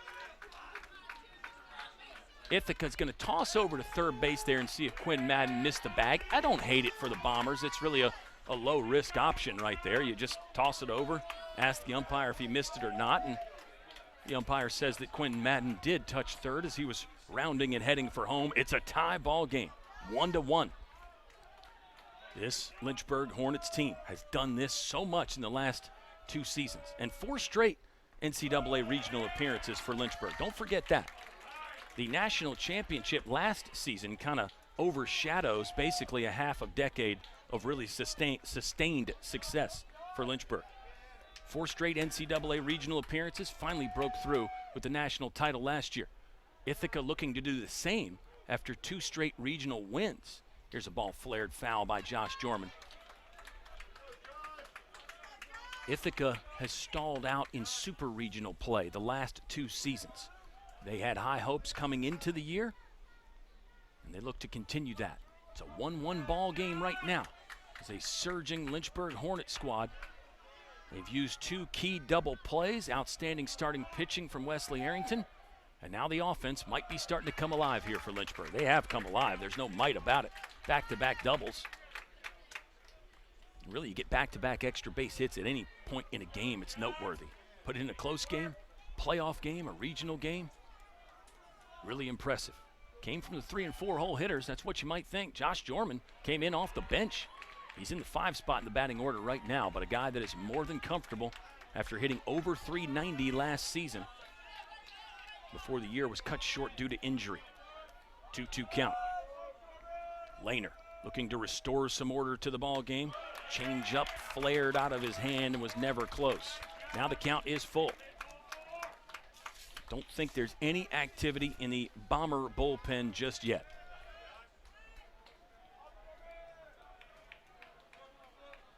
Full count. Gavin Collins waits on deck for Lynchburg. We are in top of the 7th inning. Lynchburg has broken through and tied the game. Jorman check swing, laid off a nasty breaking ball. There's first free pass of the ball game that Lehner has issued. So 3 consecutive base runners for Lynchburg after Lehner had sat down 15 in a row. And that's the game of baseball right there for you. Things can turn on a dime. Things can turn on one swing. And really, you got to say the big hack from Ben Jones was that turning point. But also an asterisk by that because Lynchburg, with that double play, that was major momentum. Lehner's pitching with 2 runners on the first time in this game. Runners on first and second. Collins liked the first one and fouled it straight back into the netting. 0-1 count with 1 out. The top of the 7th inning. Bombers will send up 5, 6, 7 in their half of the 7th. Had a brief little rainstorm earlier. That's been long gone, and it's back to a really nice afternoon to play. Inside pitch from Lehner, called strike 2. Collins didn't seem to love it. He'll step out, but now back in, ready to work with an 0-2 count and 1 out. Runners on first and second. It's Pokerock at second, good speed. Josh Jorman runs well at first for Lynchburg. Breaking ball, I think that was more just the slider, the sweeper from Lehner, and it's ball 1. Lehner's really got that good 4-pitch mix. Fastball, slider, curve, changeup. He can manipulate that curveball a little bit as well. One's a little straighter, the other's got a little more movement. And he's only walked 1. Collins, stay alive there. Good piece of hitting to wait on an off-speed pitch. It's a 1-2 count. First-year man Joe Munitz waits on deck. Joe Munitz is the average leader for Lynchburg. Maybe a slight noteworthy element there to the batting order to have your leading average man hitting in the 7 hole. Another 1-2 on the way. Lehner checks the runner, now rechecks. A look for a third time. He'll finally pick up and fire. Gavin Collins flares one into right field. That ball's down. 3 hits in the inning for Lynchburg. They've sent 4 straight on the bases. Throw comes in, runners hold. Stop sign was up early there for Sean Pokerock. He had to wait and see if that ball was going to drop in clean. It does. 4 hits in the ball game now for Lynchburg. And 3 have come in the top of the 7th. This Lynchburg team has been calling themselves the cardiac or the comeback kids. 1-0 doesn't seem like a huge hole to climb out of, but when the starter, Colin Lehner, had retired 15 in a row and only faced 1 over the minimum through 6, well, it does feel like a big comeback right now. Joe Munitz is hitting with the bases full of Hornets with 1 out. Good start to the at-bat from Lehner. Still think he's really composed and in control. He gave up 2 doubles there and did walk his first batter. I think Lehner, he'll still back himself in this situation. Why wouldn't he be? He's a proven campaigner. Munitz will foul 1 off himself. Lehner over 20 wins in his 3-year career so far. 7-2 coming in this season. The 1-loss record, not always the best way to judge a pitcher, but the other metrics look great for Colin Lehner as well. 3.94 earned run average. He's only walked 20 on the season now in over 80 innings. 0-2 count on Joe Munitz with 1 out. Bases loaded for Lynchburg. In a 1-1 ball game. Big spot. Long hold from Lehner. Munitz will flare it away. Stay alive. I like that hold there from Colin Lehner. I talk about the value of that to disrupt a hitter's timing a lot. A lot of times people think you vary the hold times to stop the running game. I think that long hold can disrupt the hitter's rhythm as well. Catcher's going to call time here. Nice job by Puglisi to stay in charge back there as the battery mate for Colin Lehner. Don't know if he wanted a different pitch or just what the reasoning was, but I don't hate it from Puglisi. 0-2 delivery coming up to Joe Munitz. Here's the pitch. That's off the plate for ball 1. On the season, Munitz, this is start number 24. He's driven in 29. Joe Munitz has been, at times, the hottest hitter for the Lynchburg Ball Club this season. Here's the 1-2. Munitz, ground ball, right side. Bobble there. Lynchburg's going to take the lead. It was a semi-routine ground ball to Matt Curtis. He mishandled. Don't know if he was in a rush to try to get to there, possibly. Hard to put yourself in Matt Curtis's mind, but that is one that is not going to feel good. That is one that Matt Curtis is going to think about for a bit, especially if Ithaca can't come back and win the game. We got another pinch hitter. It'll be number 19, Riley O'Donovan for Lynchburg. Second change Lynchburg has made to the batting order. This will be in the 8 hole, a spot that Eddie Gimbel occupied. O'Donovan is a catcher, so don't expect him to go play left field when this at-bat is done. But O'Donovan is another guy that's a proven campaigner. He has made a lot of big postseason appearances in his career. Riley O'Donovan could make another memorable postseason appearance right here. Pinch hitting in the top of the 7th. It's a 7th inning where Lynchburg has scored 2 to take the lead. Bases are still loaded for Lehner. Each team now has 1 error. 0-1 count as Lehner gets across with a breaking ball for a strike on Riley O'Donovan.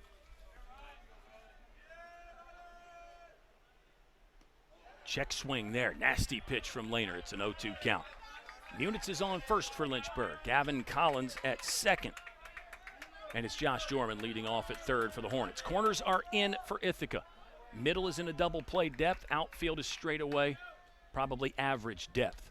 0-2 count as Lehner. See if he goes right at Riley O'Donovan or a waste pitch coming. He did get him with a breaking ball. I think that was a White Castle special right there. Might have been 3 straight sliders from Lehner. Big out, though. It's 2 down in a long 7th inning. Lehner had retired 15 in a row, and he'd faced 1 over the minimum through the first 6 innings. But now this will be the 8th batter Lynchburg has sent to the plate. It's the 9-hole hitter, O'Kelly McWilliams, the 4th. He's 0 for 2. He's flied out to center twice. 2 fairly good swings, I think, from O'Kelly McWilliams. 1-0 count. Lynchburg has 3 hits in the inning, including the back-to-back doubles from Quinn Madden and Sean Pokerot. Jorman walked, Gavin Collins, bloop single. Joe Munitz reached on an error. Both the outs have been recorded by strikeouts. O'Kelly McWilliams, left center field. Long run. Feeney's under it, though, and the inning is over. It's a great one for Lynchburg. They snatched the lead. 2 runs on 3 hits. Hornets will leave 3 on base. But Lynchburg on top for the first time here in Cleveland, Ohio.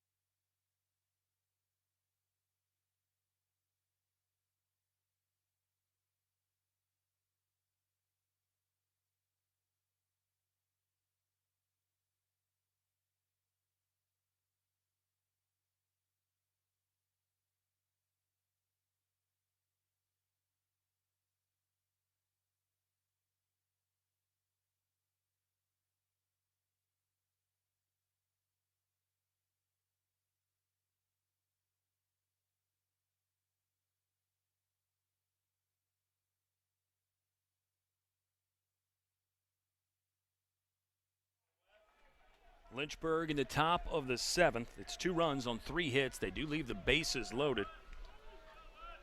And Colin Lehner, who had been A+, even extra credit stuff, the final exam for him will take a slight hit there after that 7th inning. Lynchburg had 2 doubles. Quinn Madden, Sean Pokerot. That tied the game. Josh Jorman walked. Gavin Collins a bloop single. Joe Munitz reached on an error. Strikeout from Riley O'Donovan, and then a fly out by O'Kelly McWilliams finally ended a long inning where Lynchburg sent 8 to the plate. Ethan Morotsky's in left field for Lynchburg. Still no changes for Ithaca. This is Tyler Puglisi. The catcher is 0 for 2 with a strikeout, and he grounded into a fielder's choice. It's a 1-2 count, and it's Wes Arrington, the starter for Lynchburg, who now finds himself leading for the first time today. Ithaca got their lone run in the first inning. Bombers have 1 run on 2 hits, 1 Lynchburg error. Ithaca has had 3 base on balls, but a couple timely double plays for Lynchburg have added to the sauce that Lynchburg really seems to bring here. As I said, not just this season and last year, but really for the last half a decade, Lynchburg has been a surging program under the direction of Lucas Jones and now Travis Beasley. Ooh, inside fastball that scrambled Puglisi, but that's off the plate for ball 3. And the count is full. For Ithaca, their head coach, David Valcenti, in his 5th season, 4th coach in program history, spent 3 years as the head man at Wells. And he's got this Bomber squad in position again. Back-to-back regional championships for Ithaca. Lynchburg's made 4 straight regional appearances now. It's 3 conference titles in the last 4 seasons for Lynchburg. For the Bombers, it's 3 straight Liberty League championships. There's a fastball, never close. Eye line there to Puglisi. He'll take a walk. 4th base on balls of the game for Wes Arrington. Second baseman. Arrington, in his last 3 starts coming into the game, he'd pitched 22 innings. He'd only given up 12 hits and just 2 earned runs. In his last 3 starts, let me mention that again. His last 3 starts, Wesley Arrington only gave up 2 runs. And now we got to check. Was the run unearned in the first inning for Ithaca? That's an unearned run there. So think about that, folks. Wesley Arrington's into the 7th inning here. So in his last 28 innings and change, Arrington has only surrendered 2 earned runs. Back to the defense, deserves some credit there as well. Got a pinch runner out there, fans, for Puglisi. Number 1, Colin Dunn. This will be number 1, Colin Dunn. For Ithaca, I think they got 4 guys in the game now with the first name Colin. Colin Shishadi's the leadoff man playing right field. Colin Feeney is in center. Colin Lehner is the pitcher. And now we got another Colin on the bases. We were reviewing some of the numbers for Wesley Arrington, and they're really just nuts lately. There's nobody out in the bottom of the 7th inning. And you can't turn it into the Wes Arrington resume read just yet, because this is still very much a ball game. Hitting for Ithaca is Matt Curtis, the second baseman, a sophomore. He's grounded out twice to Gavin Collins. One of those was a double play. Curtis cleared the hips, got the left foot out of the way, took a big swing, but came up empty. 0-1 count. Colin Dunn at first base for Ithaca is on the season 3 for 3 in the stolen base department, so he could potentially be a threat to run. And of course, Dunn at first does represent the tying run here in a 2-1 ball game. 1-1 count as Curtis lays off. Logan Scully is on deck. He's 0 for 2. Ithaca has 2 hits. They're both from Fabo. Good move from Arrington. Looked like he had Dunn leaning slightly. Swipe tag from Jorman, just not in time. Feeney has walked twice for the Bombers. Fabo has the 2 hits, so they've both been on multiple times. Other than that, it's a pretty dry offensive output right now for Ithaca. Credit Wesley Arrington, 5th-year man for Lynchburg. A guy who got the nickname the Sheriff in the postseason run last year.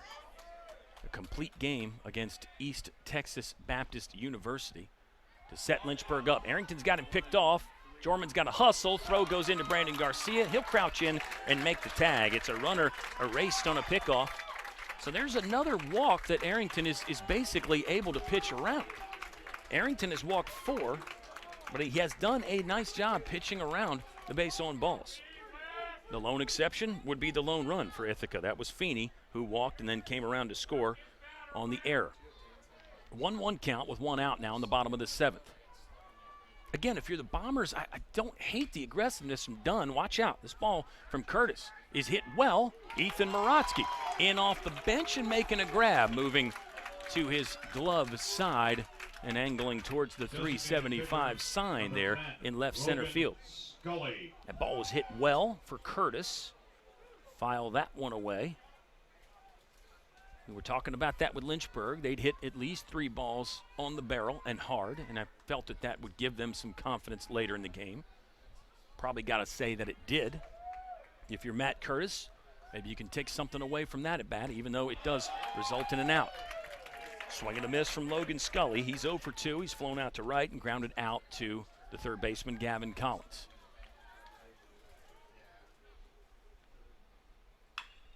Ground ball. Collins, backhand. He'll have to load up and throw. Off the turf, Jorman couldn't come up with it.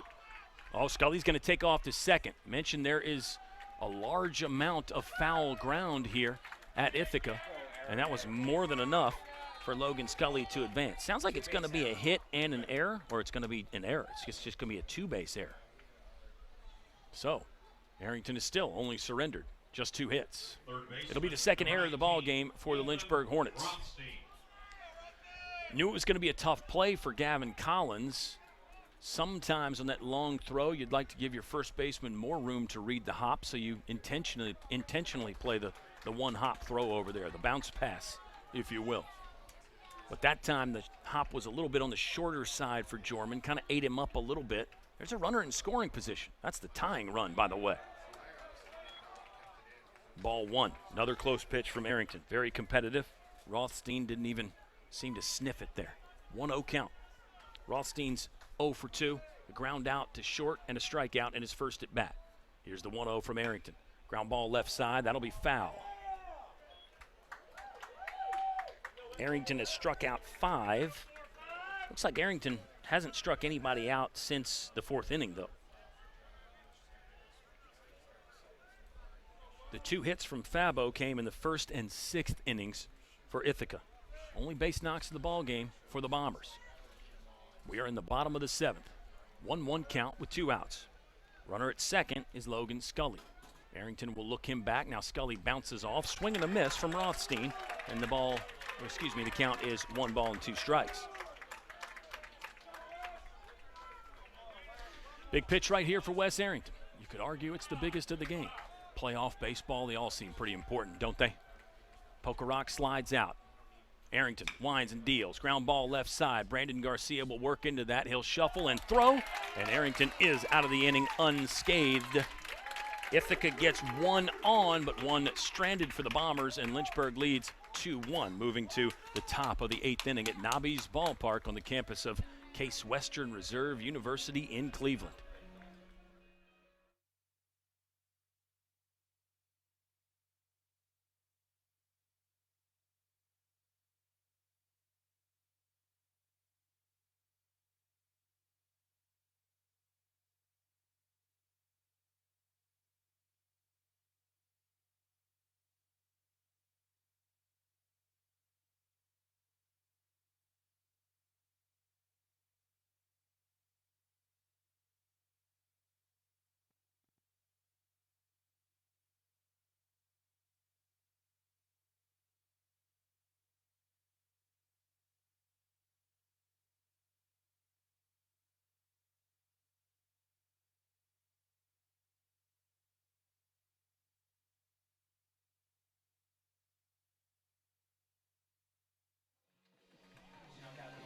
New catcher for Ithaca will be number 8, Ethan Dabo. Dabo will come on and bat in the 5th spot. Tyler Puglisi was the starting catcher. He walked. Number 1, Colin Dunn, was thrown out on a Arrington pickoff. 1-3-6 if you're scoring at home. And if you're scoring at home, hats off to you. Love that. Starter still out there for Ithaca. It's Colin Lehner. He was basically perfect through 6 innings. Only gave up 1 base runner. That was an Eric Hyatt soft single. And then Lynchburg exploding in the top of the 7th with 2 runs on 3 hits. Got the bases loaded. There were 2 doubles in there. Ground ball up the middle by Brandon Garcia. Smooth play moving to his left by the shortstop Riley Brody to retire Brandon Garcia. Garcia's 0 for 4 at the moment in the ball game. And here comes Ben Jones, 0 for 3, struck out in his last at bat. Flied out to right, grounded out to the second baseman.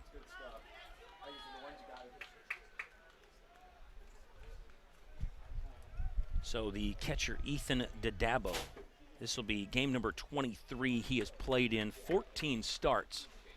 So he's clearly no stranger to putting the gear on. Working with Colin Lehner right now. Lehner, glove. Just the eyes showing there as he takes the sign. Ben Jones loops one into right field. Longish run there for Colin Shishati, but he will make the grab moving towards the foul line for out number 2. 16, Quinn Madden. And here's Quinn Madden. Quinn Madden got that 7th inning going with a double that nearly left the ballpark. It hit the warning track right at the base of the fence in the deep left corner. 3:20 down the lines here at Nobby's ballpark. There were 2 home runs in game 1. And the scouting report on the ballpark is the ball does tend to fly a little bit here, especially this time of the year. 1-0 count. Quinn Madden thought about pulling the trigger on that loopy breaking ball, but it will be a called strike. I think that was more of just a true curveball from Colin Lehner. He'll snap off the sliders as well. That one to me looked more like the slider. It is a ball. 2-1. Sliders generally with a bit more horizontal movement. Curveballs typically more just that downward action, the 12-6 action. And everybody's pitches are slightly different. Even pitches that guys will throw in the course of a game are going to be different. Some with a different shape, different breaks, all those sorts of little slight, unique things. And there's a walk. Quinn Madden with a pretty good at bat. Ball 4, second walk that Lehner has issued today. Josh Jorman walked in that 7th inning. So Hyatt's been on in the 7th and now the 8th. Here's Sean Pokerock, who also doubled in the 7th inning. That was a ball that hit the left fielder's glove, Louis Fabo, but you can't really hold it against him. He was crashing into the fence in deep left field as the ball was touching his leather. Quinn Madden, very short lead at first. Pokerock will look at a breaking ball, called strike 1. There's 2 outs in the the top of the 8th inning. Lynchburg leads 2-1. Another short lead from Madden. Now he'll kind of itch his way off. Called strike 2. Pokerock has watched the breaking ball. That looked to be the fastball. And now he's hitting out of an 0-2 hole. 9-1-2 due up for Ithaca in their half of the 8th inning. See if they get there now or they have to wait a bit. Pokerock waiting on the pitch. He'll get the metal to this, but under it, left side. Shortstop's going to take over. That's Brody moving. Now he'll have to move back towards the field, running to the foul line. He'll slide back in and make a nice grab to end the inning. So Lynchburg does get 1 runner on, but 1 stranded. And here we go. We're heading to the bottom of the 8th inning. Lynchburg leading Ithaca 2-1. NCAA regional action here at Nobby's Ballpark in Cleveland, Ohio.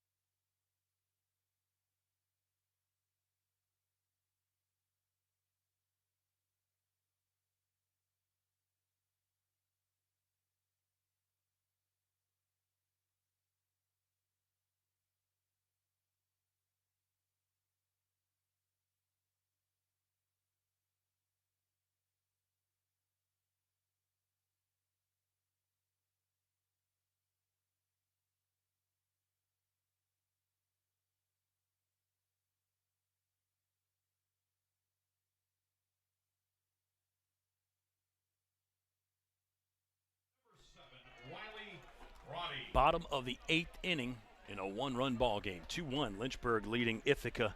It's tension time right now for both these squads. Both teams are playoff battle tested over the last couple seasons.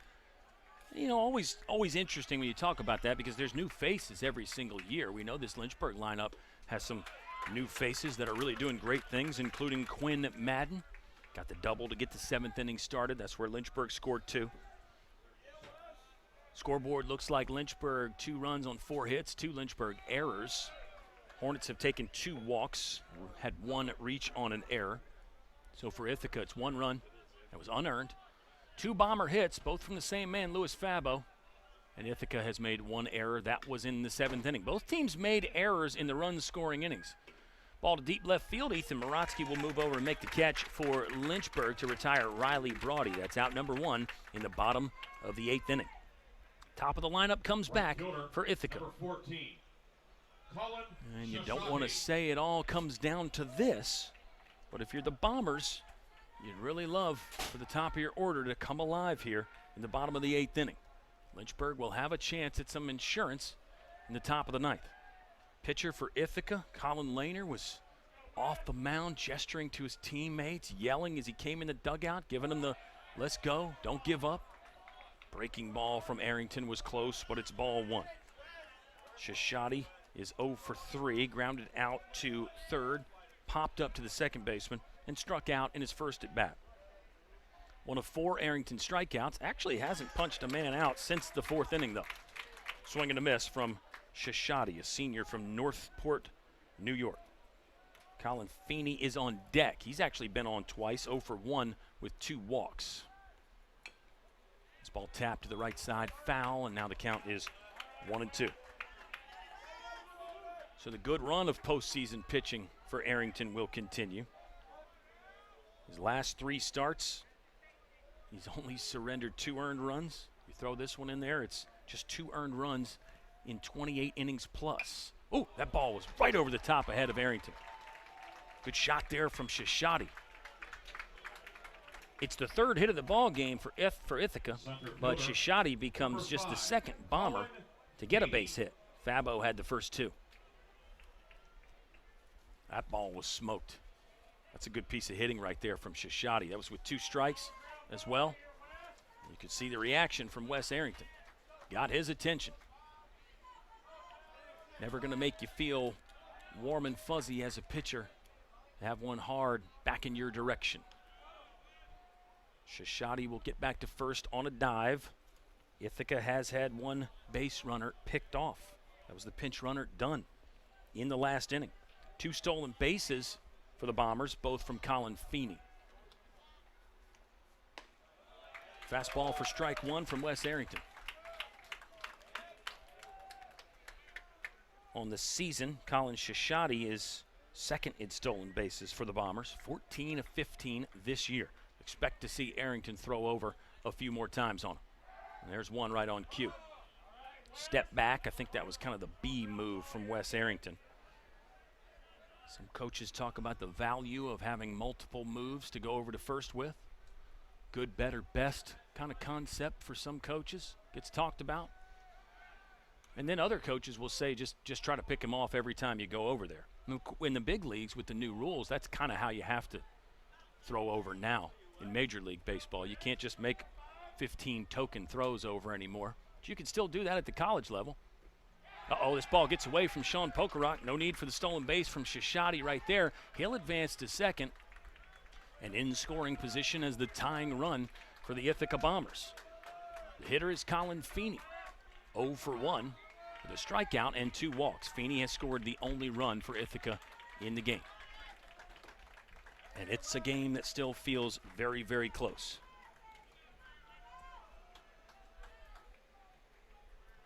It can't feel any closer, actually, in a 1-run ball game, right, baseball fans? I guess it could be tied. I guess it could be a tie game. 1-1 is the count. Feeney will take that one. Kind of got the knees buckled a little bit there. You could tell the action on Arrington's pitch was good, but the location not good enough.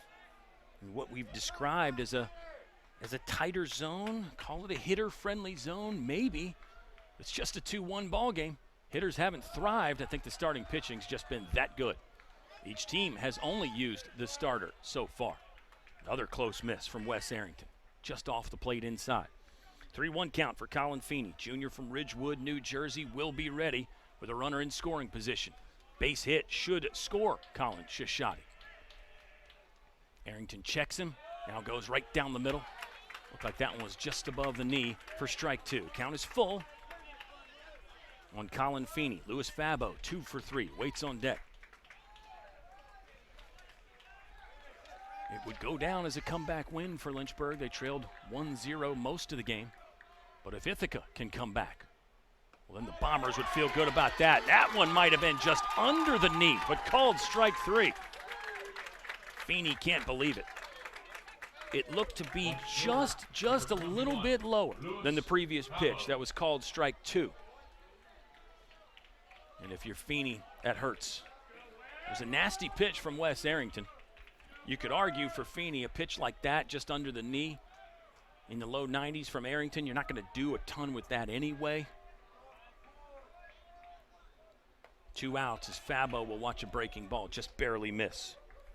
Singled in the first inning, and then Fabo got a hit in his last at bat, grounded out to the third baseman.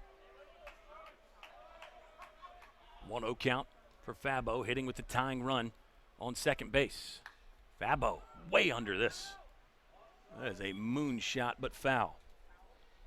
Fabo's got some power in his career. I think it's 17 home runs for Louis Fabo. 16 career home runs for Louis Fabo. A 17th would put the Bombers on top. We're in the bottom of the 8th inning. 1-1 count. Arrington, long look at second base on Feeney. Breaking ball in the dirt. Good job by Pokerock to nail that one straight down and keep it sequestered. Remember, Sean Pokerock did have a ball get by him that allowed Shishadi to get to second base. Colin Shishadi at second base right now. Third hit of the ball game for the Bombers. Here comes a 2-1 count. Arrington picks the leg, swing and a miss on Fabo. 2-2. Lynchburg crowd coming alive a little bit. Dugout has been basically high volume all game, really, for both squads. What you would expect in a college baseball playoff atmosphere. It's got everything you want. Pokerock fakes going outside. Now he slides back in. Here's the 2-2. Shishadi running, but it won't matter. Arrington throws the arms up in the air. Lynchburg out of the 8th inning. 1 hit for the Bombers, but they leave 1 stranded in scoring position, and Lynchburg still leads by 1 heading to the top of the 9th inning.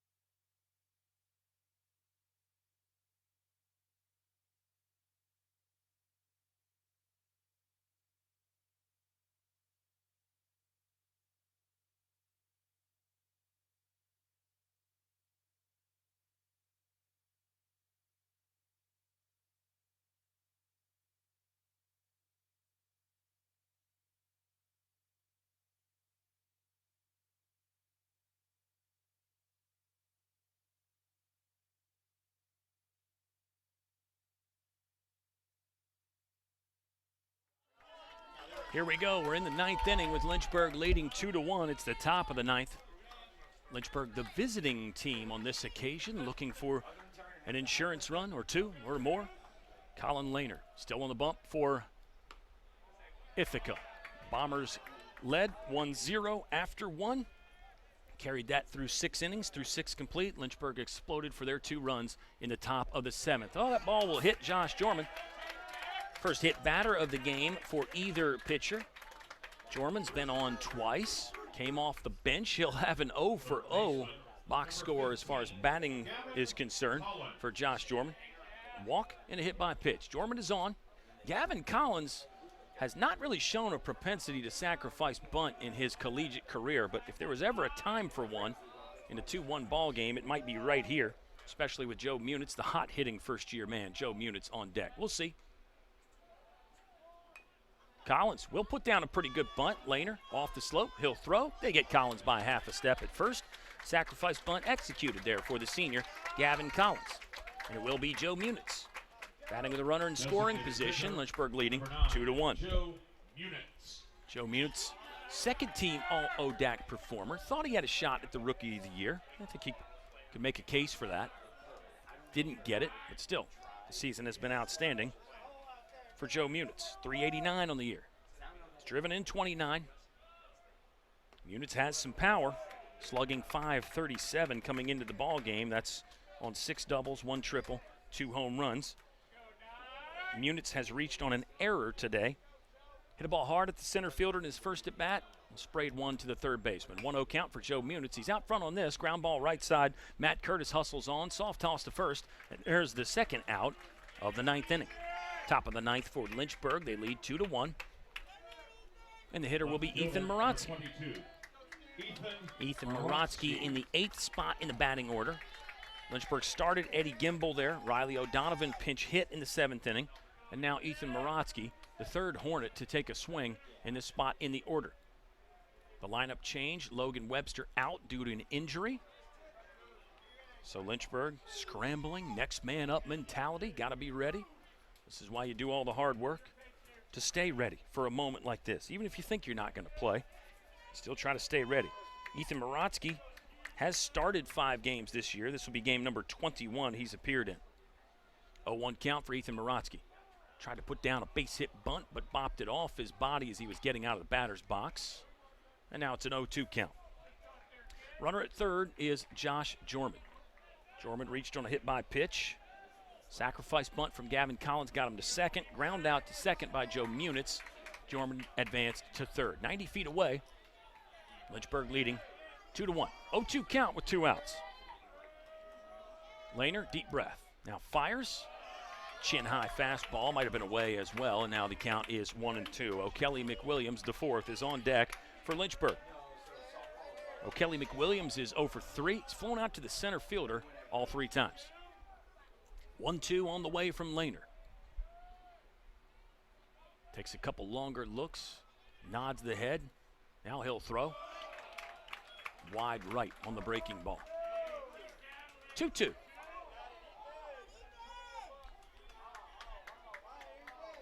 Four, 5, 6 due up for Ithaca in the bottom of the 9th. They'll need 1 to tie, 2 to walk it off. And remember, the Bombers have 3 straight walk-off victories. So they've got a knack at this. They've got a flair for the dramatic. Oh, Morotsky waited on a breaking ball and yanked it through the hole left side. The Bombers will need a little bit more to walk it off now as Ethan Morotsky off the bench delivering an RBI single. Josh Jorman scores. For Morotsky on the season, it's just RBI number 5. Well, that's playoff baseball for you in a nutshell. Sometimes you never know who it's going to be. Got to use all your resources. Got to have guys ready. Lynchburg did that last season in the national championship run. Maybe they're doing it again this year. O'Kelly McWilliams slashes at the first and fouls it away. 0-1 count. Morotsky's got good speed at first. Lynchburg, you've already added the insurance run. Might be a good time to try to take off and steal a base. We know Lynchburg does run quite a bit as a team. Hornets have stolen 95 bags this year. Morotsky is going to go here. McWilliams swings on the second one. It'll send the center fielder Feeney back a bit, but he'll make the catch. O'Kelly McWilliams has flown out to the center fielder all 4 times. All right, we head to the bottom of the 9th. The Sheriff is coming back out. Wes Arrington is going to try to finish off a win for Lynchburg. Hornets lead by 2, 3-1 over the Ithaca Bombers.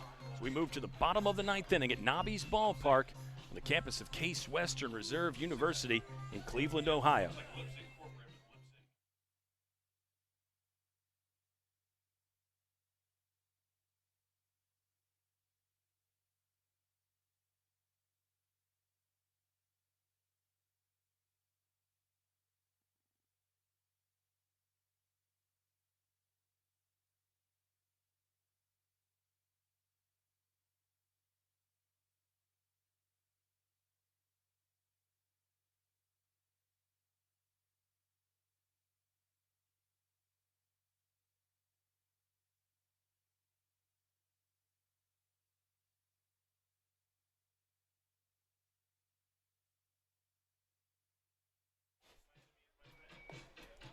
The Lynchburg Hornets trailed 1-0 through the first 6 innings of this ball game.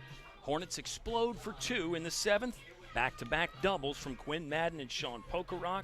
They sent 4 batters to the bases consecutively. Lynchburg scores 2 in the 7th. They just added an insurance run here in the top of the 9th. And Ethan Morotsky single to drive in Josh Jorman, who reached on a hit by pitch.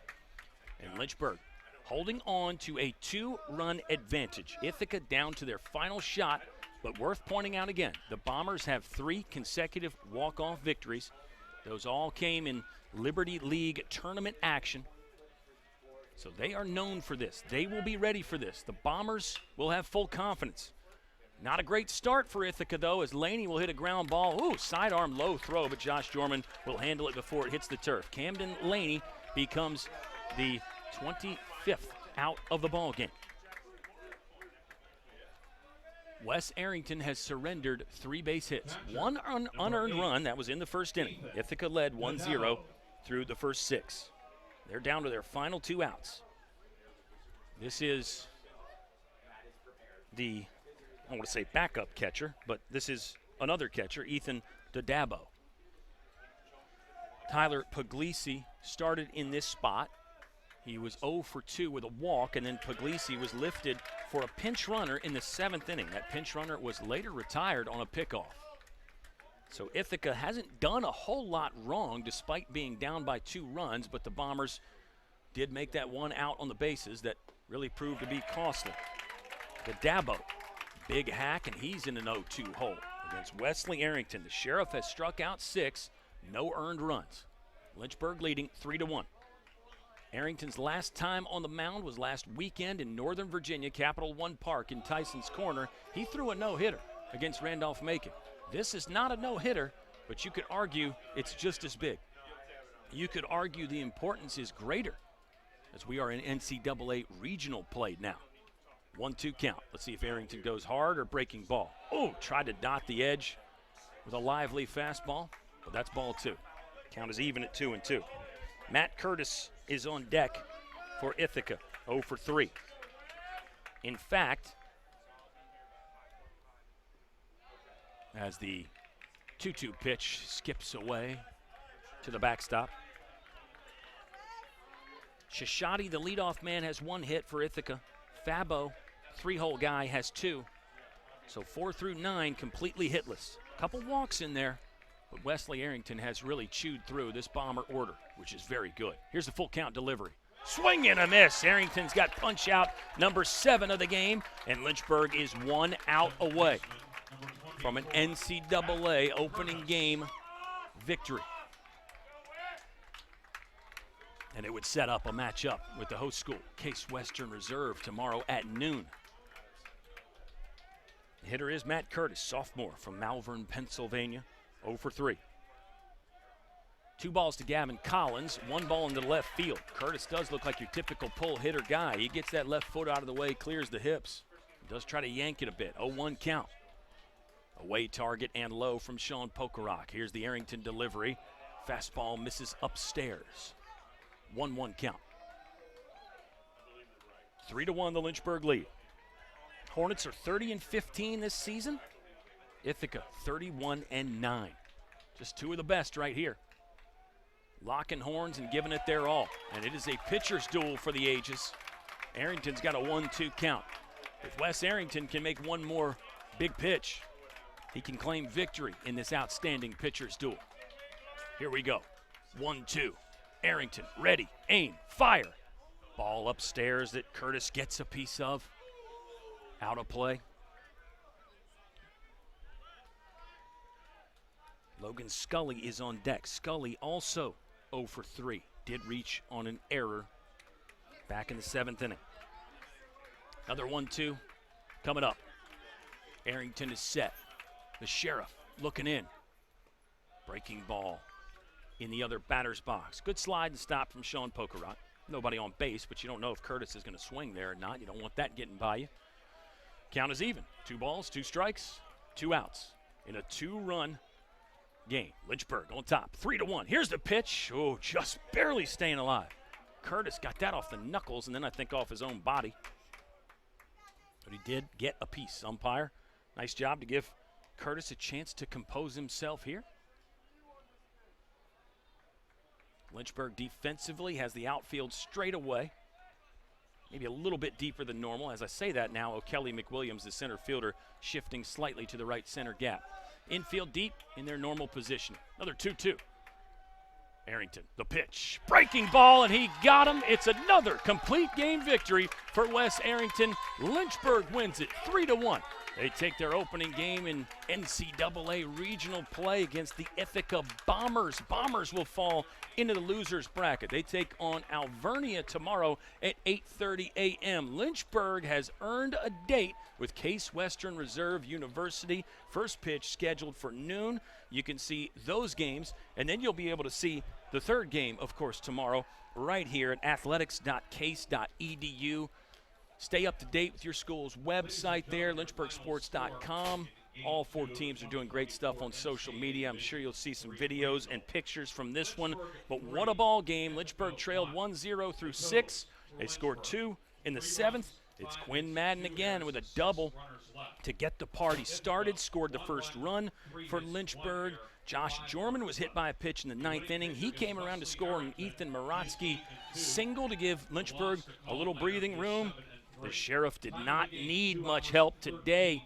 Wes Arrington, complete game, strikes out 8, surrenders just 3 hits. Wes Arrington gave up 0 earned runs. So let me update some totals for you before we go, fans. Wesley Arrington, this is now in his last 4 starts.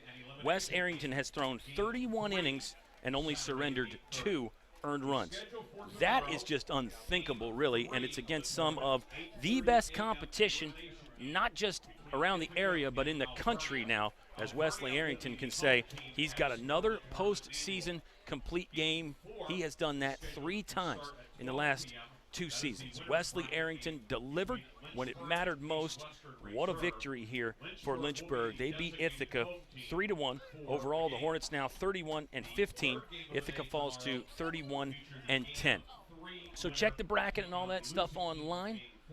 It'll be Alvernia and Ithaca at 8:30 tomorrow morning right here at Nobby's Ballpark. Lynchburg and Case Western Reserve to follow. The third game tomorrow will be the winner of that elimination game, that loser's bracket game between Alvernia and Ithaca. They'll take on the loser between Case and Lynchburg. So there's a lot going on. We've still got 4 teams that are in it and can all say they have a great shot to win it and possibly advance to super regional play. Day 1 is in the books, though. It was a successful one on the broadcast side, and everybody here at Case Western has been awesome. My name is Kyle Haney. Appreciate you listening and watching, and we hope you enjoyed it. We'll say so long, and some of us, or all of us, will be back tomorrow to bring you the action. It should be good. Postseason baseball at its finest right here. Lynchburg, 3 runs on 5 hits, 2 Hornet errors. Ithaca, 1 run on 3 hits. Bombers made 1 error. Lynchburg gets the complete game from Wesley Arrington. Colin Lehner threw 9 strong for Ithaca, but not enough as the Hornets come alive late to win this one. We'll talk to you tomorrow, baseball fans. 3 games on the docket. Hope you can join us.